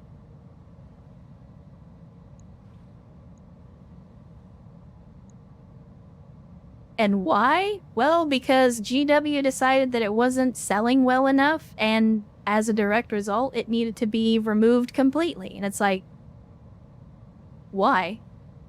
Oh, well, that's easy. It's so that they can stop producing the existing miniatures and save money, but then also re-release the range 10 years from now and insist that you can only play with the new miniatures and force all these people to buy the new stuff.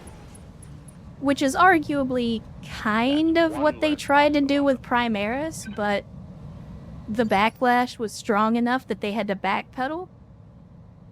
Reporting. And don't get me wrong, like, I understand the intent with Primaris, no matter what the Yes, deal is Commander. with the lore. And, you know, you can take or leave the lore with the Primaris. At the end of the day, it is what it is. But the actual Oh, intent, God, shit, they're shooting me and I'm really scared. we're hitting our own Yes, people with that. It's on now.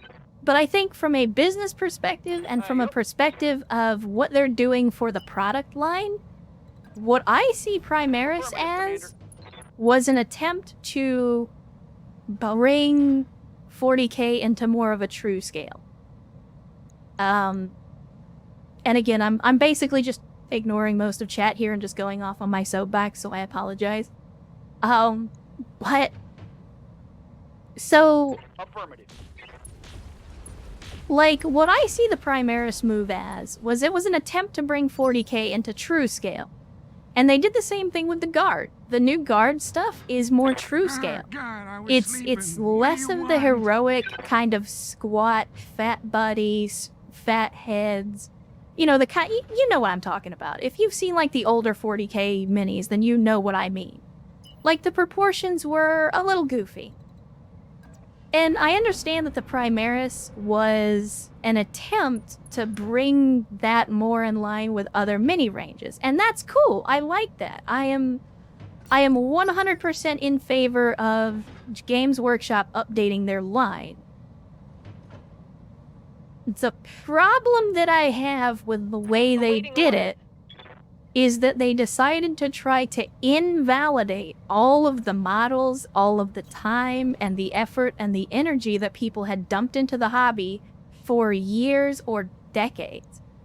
They tried to say, nope, sorry, none of that matters anymore. And again, kind of to General Quarter's point, it's very similar to what they tried to do with Age of Sigmar when they got rid of fantasy battles and changed it to Age of Sigmar. And, well, that's what I mean, is Come, like, Nerevar, friend or traitor, come. Games Workshop has multiple times in the last 10 to 15 years tried to, like, Come, Nerevar, invalidate friend or traitor, come.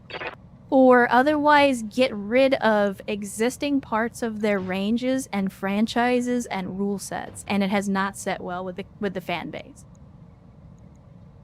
Yeah, and after much backlash and much complaining, A noble blow indeed. now they're trying to bring Fantasy Battle back, and it's like, guys, you don't deserve praise for bringing How back sweet it is to be a fantasy god. because you are the ones that killed it. Like, that's the thing, is it's the best analogy I can come up with is very similar to what the AAA games industry does right now, where they will create a problem within the game mechanics and then sell you the solution to that problem. And this is exactly the same strategy. It is we created the problem by getting rid of Warhammer Fantasy Battle and turning it into Age of Sigmar, and now we're going to sell you the solution, which is a revamp of Fantasy Battle, even though it's our fault that Fantasy Battle doesn't exist anymore.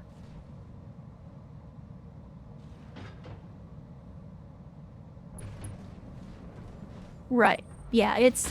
And again, that in and of itself is problematic for various reasons, but it's like... Minimal damage. I find it absolutely jaw-dropping that Games Workshop seems to want praise for just undoing all of the shit that they've done over the last 10 to 15 years. Which, again, they created the problem, now they're trying to sell us all the solution to the problem, and they want us to thank them for it. And it's like, if you hadn't created the problem, we wouldn't be angry in the first place. Fire an owl weapon. Good to go. Mech destroyed. But, again, it's a rabbit hole. And as someone who has not played the actual game in a very long time. The game of 40K. I've never actually played fantasy. Though I have built and painted some of the models. But as someone who has not played 40K in over a decade, like, the rules and that kind of stuff doesn't really matter as much to me. Like, I understand for the people who play the game a lot, it's a big deal, and I absolutely understand why. But for me, it's just, it's the constant, the pearl clutching. It's the pearl clutching that the Games Workshop does. Over the IP, over the rights, over how people do or don't interact with the franchise. Like, that's the thing that rubs me the wrong way.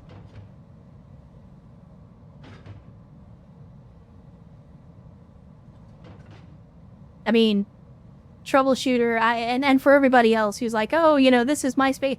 Like, my Space Marine chapter is the Salamanders. And you can hate me if you want. You can get out the torches and pitchforks if you want, but I am all Salamanders. And there are some folks that are in chat that already know about me and my Salamanders. But, yeah. So I'm right there with you. What was I doing? I got sidetracked. You guys got me on a soapbox tangent, and now I've completely forgot what I was doing.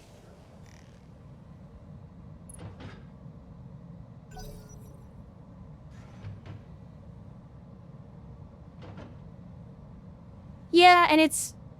So I haven't watched them in a while. So of course, I think anybody who's been in the hobby for a while is familiar with Duncan Rhodes and his whole thing, and eventually creating his own paint line and doing his own thing on YouTube and all that. Oh, and to Captain Helldog, I apologize. Yeah, so somebody BTA'd you in chat. But yeah, we're playing BTA, although I am playing the previous patch. I have not updated to the one that went live yesterday or today, whenever it was that they released the new patch. So we're still on the old patch because we had an ongoing campaign, and I wanted to continue the campaign at least for a little while longer instead of just abandoning it. But yeah, so like I don't necessarily have anything against Duncan Rhodes, but there was the other guy, and I can't remember his name, but he was the guy who kind of took over the painting tutorials after Duncan left GW. And he went on to start his own channel now as well, and I can't remember that channel's name. I wish I could, because I'd like to recommend it to you guys. But they do a lot of interviews with current and past employees at Games Workshop, and listening to some of those interviews has been really enlightening about the painting phase. That is what I was thinking of. Yes, so if you have not checked out the painting phase, go check out their YouTube channel. It's, again, they do a lot of, like, they do a lot of hobby stuff. But they also, they've done a lot of interviews with current and past employees, not just at GW, but other many companies, and it's been really enlightening to kind of hear some of the, like, the thinking and the stuff that goes on behind the scenes at those companies. And it really gives you some insight into, like, the disparity between the folks at the top that make all the money and the people at the bottom that are trying to design the product. But that's with any company, though. You know, there's always the overpaid executives at the top making all the decisions, and then the people that actually do the work. Yeah, don't drink the GW Kool-Aid. It's actually lead paint. They just don't tell you that on the package. Uh-oh. Well, hopefully it's not a bad situation, Sereni.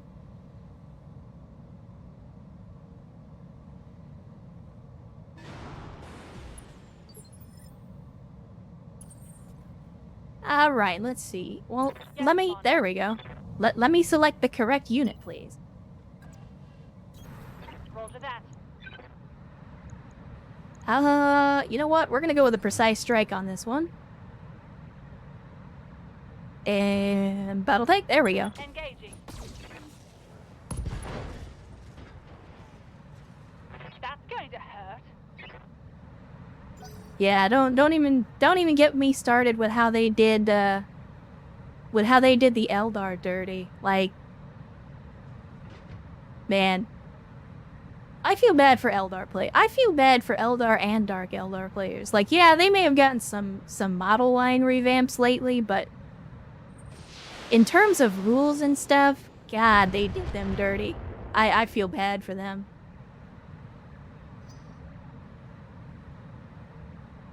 But then again, I think, like, again, I'm the person who has a mostly infantry guard army because that's just the way I wanted to play it. It's not about, like, the meta or what... Because I know, you play a guard army so you can take 50 tanks in a 1,000-point game.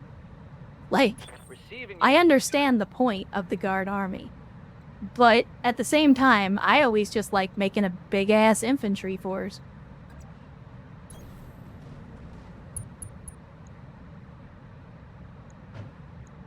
Giving them everything I've got.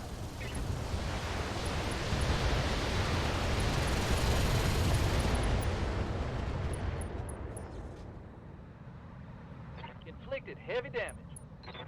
Like, I don't think there was ever going to be a point where I would win a tournament playing my army, but you know what? It's an army I built, and it's an army that I designed, and I enjoy it.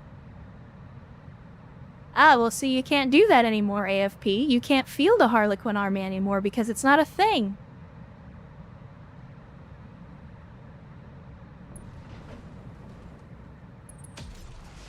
Oh, is that what it was? Okay. No, that's good, though. That's good. That means that the Eldar players got their chance to be in the sun for a little while, after many, many years languishing in the bottom rungs of every tournament. Like, you finally got your moment.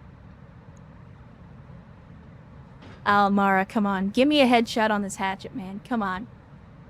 Give me a headshot. Target acquired and locked in. Okay, it wasn't a headshot, but it was a direct hit. I'll take it.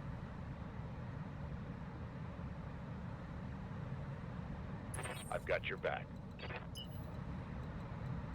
Oh, let's see. We've kind of got them split up, which is actually a little bit bad for us because we're stuck between two lances of mechs here. I apologize again for being on the soapbox and starting that discussion because I'm sure it will be raging for some time, but I haven't been explaining what's been going on in the video, like, at all. Not even paying attention to the game. I'm just kind of on autopilot at this point as I rant about Games Workshop and 40K. Let's see. Oh, that's the only guy I can shoot at. Well, shit. Alright. Roger.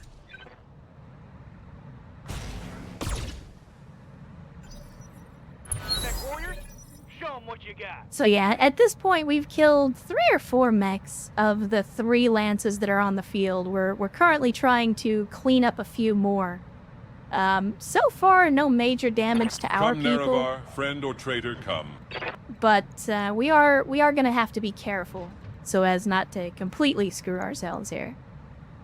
Oh, you know what? I mean, I can't not run up in your face and shoot you in the chest. If your center torso is exposed, I have to shoot you in the face. All will be decided here, and I shall prevail. And there we go. There's another mech down, Farewell, this time a sweet Phoenix. Nerevar.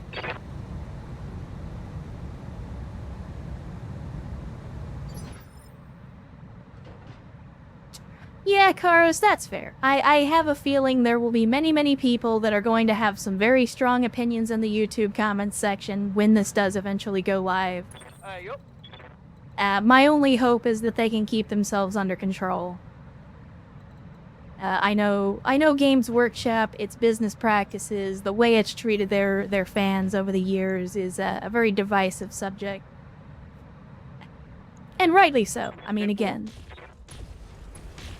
I know every franchise is going to have its fanboys, and I know that there are some people out there, even now, that will defend Games Workshop to their dying breath. Ah, God, I was sleeping. What do you want?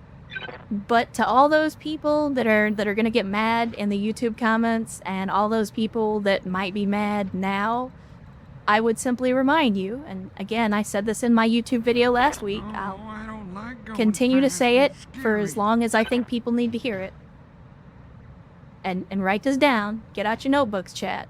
Jot it down. Your personal value is not derived from the success, failure, or reputation of the product you consume.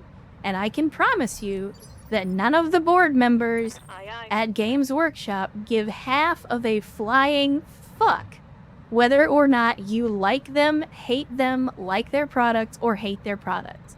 The only value that you have to a corporate entity is the money in your wallet. The only value you have is how much disposable income you spend on their product. That is it. On the move. That applies not just to board games, that applies to video games, that applies to movies, that applies to what beer you drink. Let's see how you like this. And I would argue, and again, in my advice giving just before the holidays, if you feel so insecure about your own value as a person that you have to look to outside sources for that value, the problem is not the world, the problem is you. Like, you have to find your own value. I've said before, like, it's okay to let other people and things give your life value, but never let those people or things decide your worth.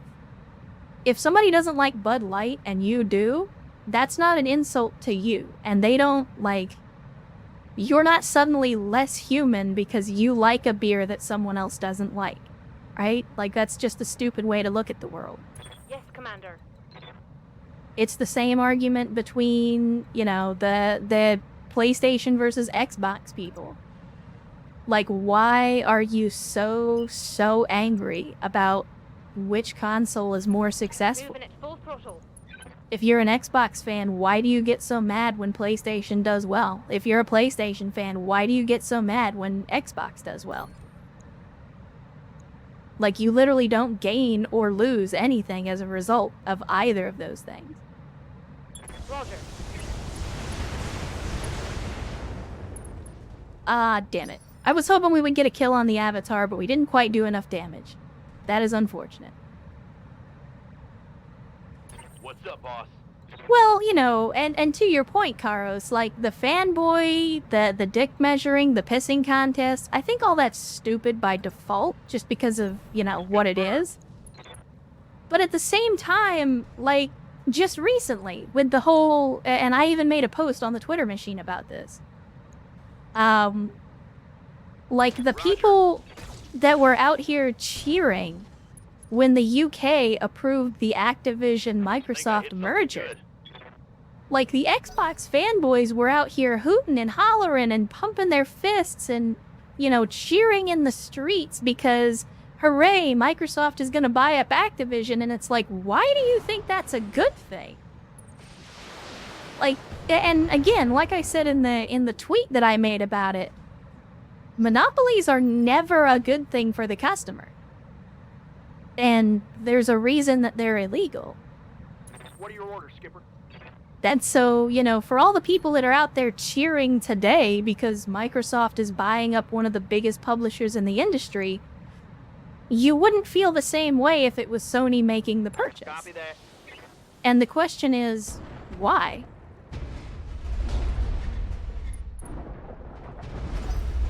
And there go some more buildings. I apologize to any families, real or imagined, that might now be homeless as a direct result of that.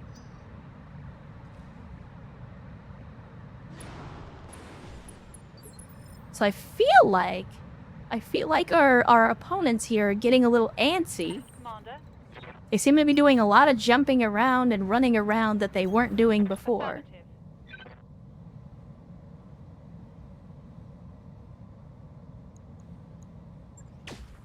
So, I'm not 100% sure because it's dark outside, but it might actually be raining right now.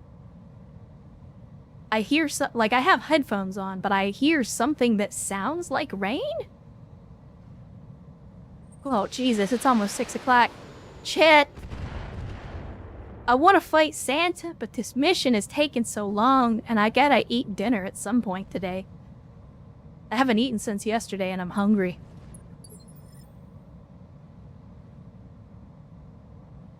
Ready to get it on.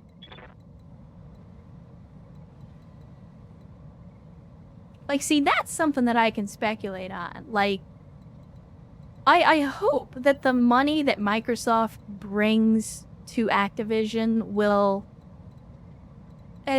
So, again, I'm conflicted. I'm conflicted about Microsoft. Maybe, Gravelion. I wouldn't complain if so. I mean, we always need more rain here in Texas as long as it doesn't freeze. But, like, I'm conflicted about the Microsoft-Activision merger because, for the most part, Understood. Moving with fast. the exception of, like, Redfall and the whole Bethesda situation, for the most part, the companies that have been bought up by Microsoft have done better than they were doing before because they don't have to worry as much about, you know, ballooning costs and all that stuff. So, like, it's been a good thing. I fully recognize that, like, Microsoft has been a good thing for a lot of publishers. But at the same time, any industry that's ruled by a single company is never going to stay that way for long. Because regardless of who or what you think Phil Spencer is all about, he's not going to be in charge of Microsoft forever. He's not going to be in charge of Xbox forever. He's not always going to be the big man in charge of that division. And you don't know who his replacement is going to be or what his priorities are going to be. So you saying, oh yeah, I like Phil Spencer, he's a good guy, I want him to be successful, like, that's cool. Affirmative. But again, eventually he's either going to move on, or he's going to retire, or he's going to die, God forbid. Like, he's not going to run Xbox forever. Triggering an alpha strike. And everything that they've gathered up, and there we go, there's a Battle headshot. down. But everything that Microsoft and Xbox have gathered up over the years is going to end up in the hands of whoever runs Xbox next, for good or ill. Yeah, don't even get me started on Bobby Kotick. Yes, Commander. Yeah, we are actually doing exceptionally well right now. Like, we are getting headshots left and right. We are smoking some fools out here.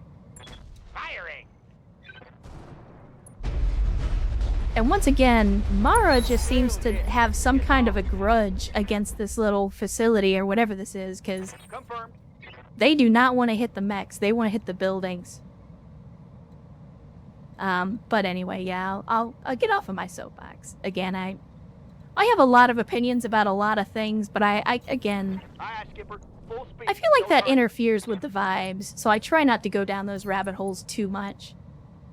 Because I don't want to, you know, get people's feathers ruffled about this kind of stuff. I want everybody to just kind of hang and chill and not be thinking about got that you. negative stuff, so... I apologize for going off the rails a little bit, chat. I apologize for going off the rails. Ah, God, I was sleeping. What do you want? I mean, you guys are free to discuss. I would assume we're talking about Wizards of the Coast, but I as long as you guys keep it civil, we can have a discussion about it, but I know people get Yes, heated Commander. on these types of things.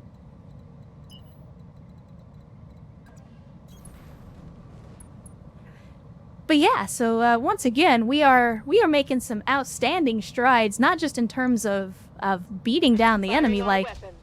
I genuinely expected that we were going to have more trouble once I saw how many enemies we were up against, but so far it's been pretty simple. So far, I mean, Come, Nerevar, friend or traitor, come.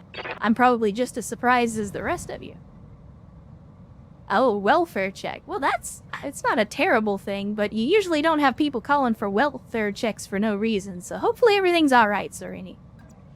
I mean, I know it's not you getting the welfare check, but hopefully whoever it is not in dire need. That's right, you can't run from Erst. You can jump, but you can't hide.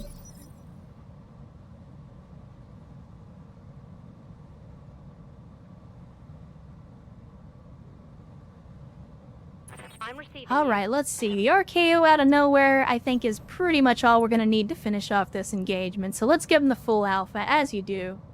Unfortunately, we don't have precision strike, so we're just gonna have to hope that these missiles finish the job. All right. Oh my goodness. Oh my goodness, the whiffs. The whiffs! That hit something good. Now I'm genuinely wondering if maybe Typhoon is playing for the other team.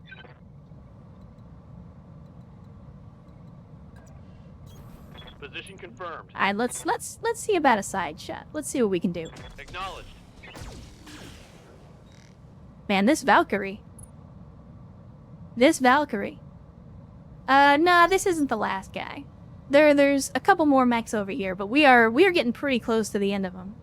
I mean, they're all in relatively good shape except for this Valkyrie, but yeah. They aren't gonna make it much longer, I don't think. And clearly, I play better when I'm on a soapbox. Because normally, I feel like we would have had more issues than this. Copy that. Especially with so many enemies on the field. Confirmed. Like, I am genuinely concerned at how easily, how handily we swept these guys up. Commander. This is the part of the movie where we find out it was actually, like, a split personality all along.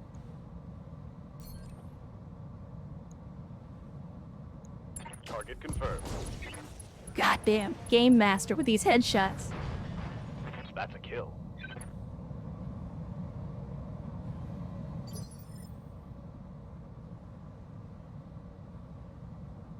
Alright, Bolo. I don't think there's a whole lot for you to shoot at. I mean, I guess technically we can shoot at the... I don't want to kill Karos, though. Let's just use Precision Strike and hope that we don't take our mans out of the sky. Okay, we did not. Outstanding. No, I took a risk. The risk I took was calculated. Turns out I was a little better at math this time around. Alright, so who's getting the business?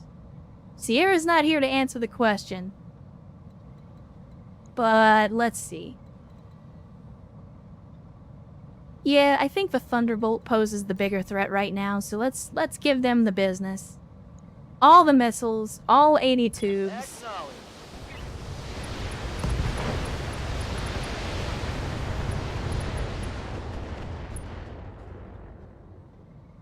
Holy shit. That one's gonna leave a mark. He survived that. There you go, Chad. That is a testament to how durable the Thunderbolt is as a mech. Even when it was already pretty badly beaten up, it just took another 80 LRMs, most of which hit, and is still standing. So yeah, never discount the Thunderbolt. It may be 65 tons, and it may be pretty ugly. But man, they can take a lot of punishment.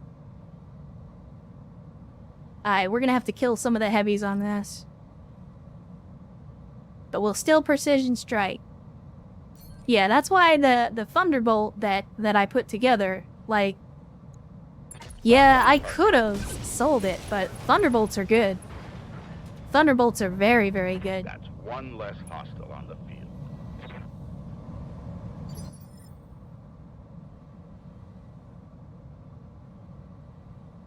How might I help?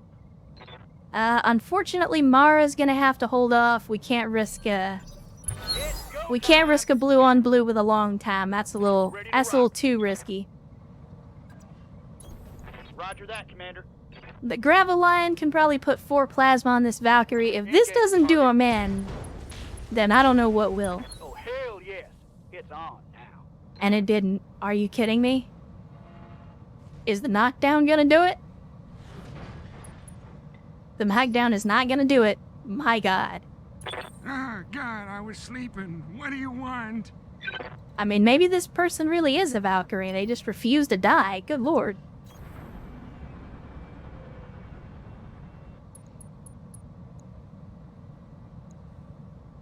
So can we hit him with a couple of mediums in the I'm torso? gonna press all the buttons and you can't stop me.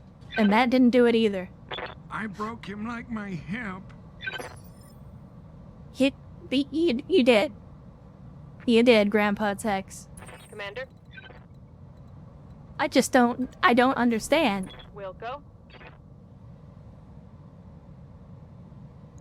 I don't understand how this Valkyrie is still alive. It shouldn't be possible. Wilco. There we Come on, go. people, Good let's make it lord. happen. Good lord. Somebody give the technical crew for that Valkyrie a frickin' medal, 'cause Jesus. Mission successful. They built that thing like a rock.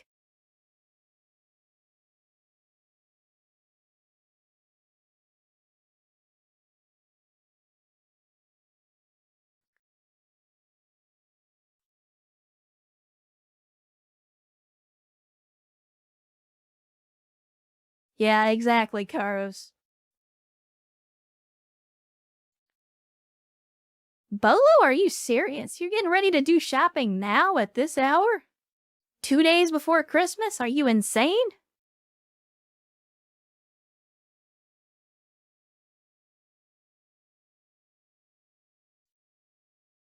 And that's actually not bad. With all the secondary objectives, we still made 150K. Oh, yeah, no, we're about to go shopping, that's for sure. Man, look at that experience. That's good experience all around.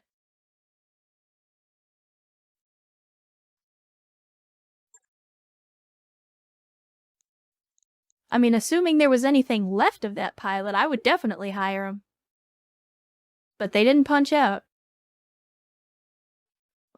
Alright, so what do we want to go for? We got so much salvage here, but not a lot of mech parts, unfortunately. Most of our kills were total.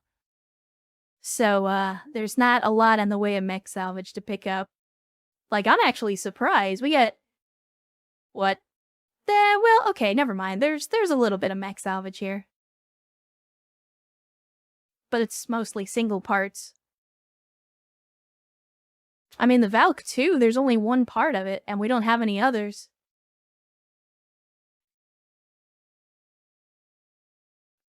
Plus, the weapon systems are all inner sphere, so it's like, there's not really anything really good in here either. Nothing that we need, anyway. Some XL engines, maybe? I guess we could go for a Crusader. Oh, did it actually drop 4 parts? Let's see. Let's see. So there's one. There's another. There's another. So yeah, maybe it did drop 4 parts. I think that was one of them that we got a headshot on. I know a Crusader is something that we've tried to build in the past, but oh yeah, there's the 4th part. We can't pick it up though. Yeah, and of course no medium range, no MRMs. That's unfortunate, but we'll probably have to buy those from shops mostly. I don't know how common they'll be.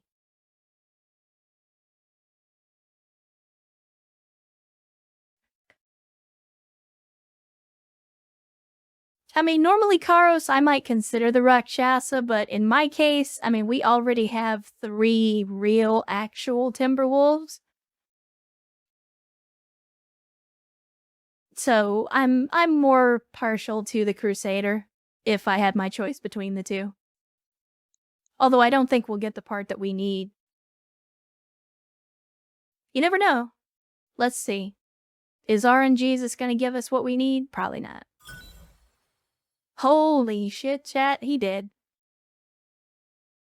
RNGesus has seen fit to bless us with all 4 parts of the Crusader. How about that? That does not happen often.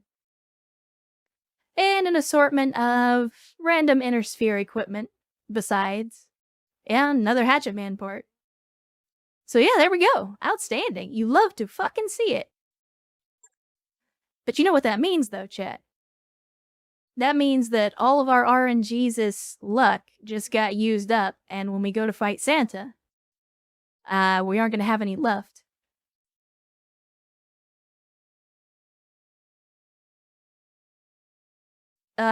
Yeah, T-Gap, that is true.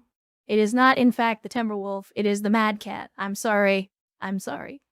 I call it that because that's the name that I always see in my face. Like, that's what the game calls it. And so that's what I go with. And Crew Card, thank you for the 100 Bezos bucks. Says the fates are kind this day. They are indeed. Thank you so much for the support, Crew Card. I do appreciate it. You do not have to do that, but thank you so much. It means a lot. No more rants needed, yeah. Hopefully that's the end of my ranting. At least for today.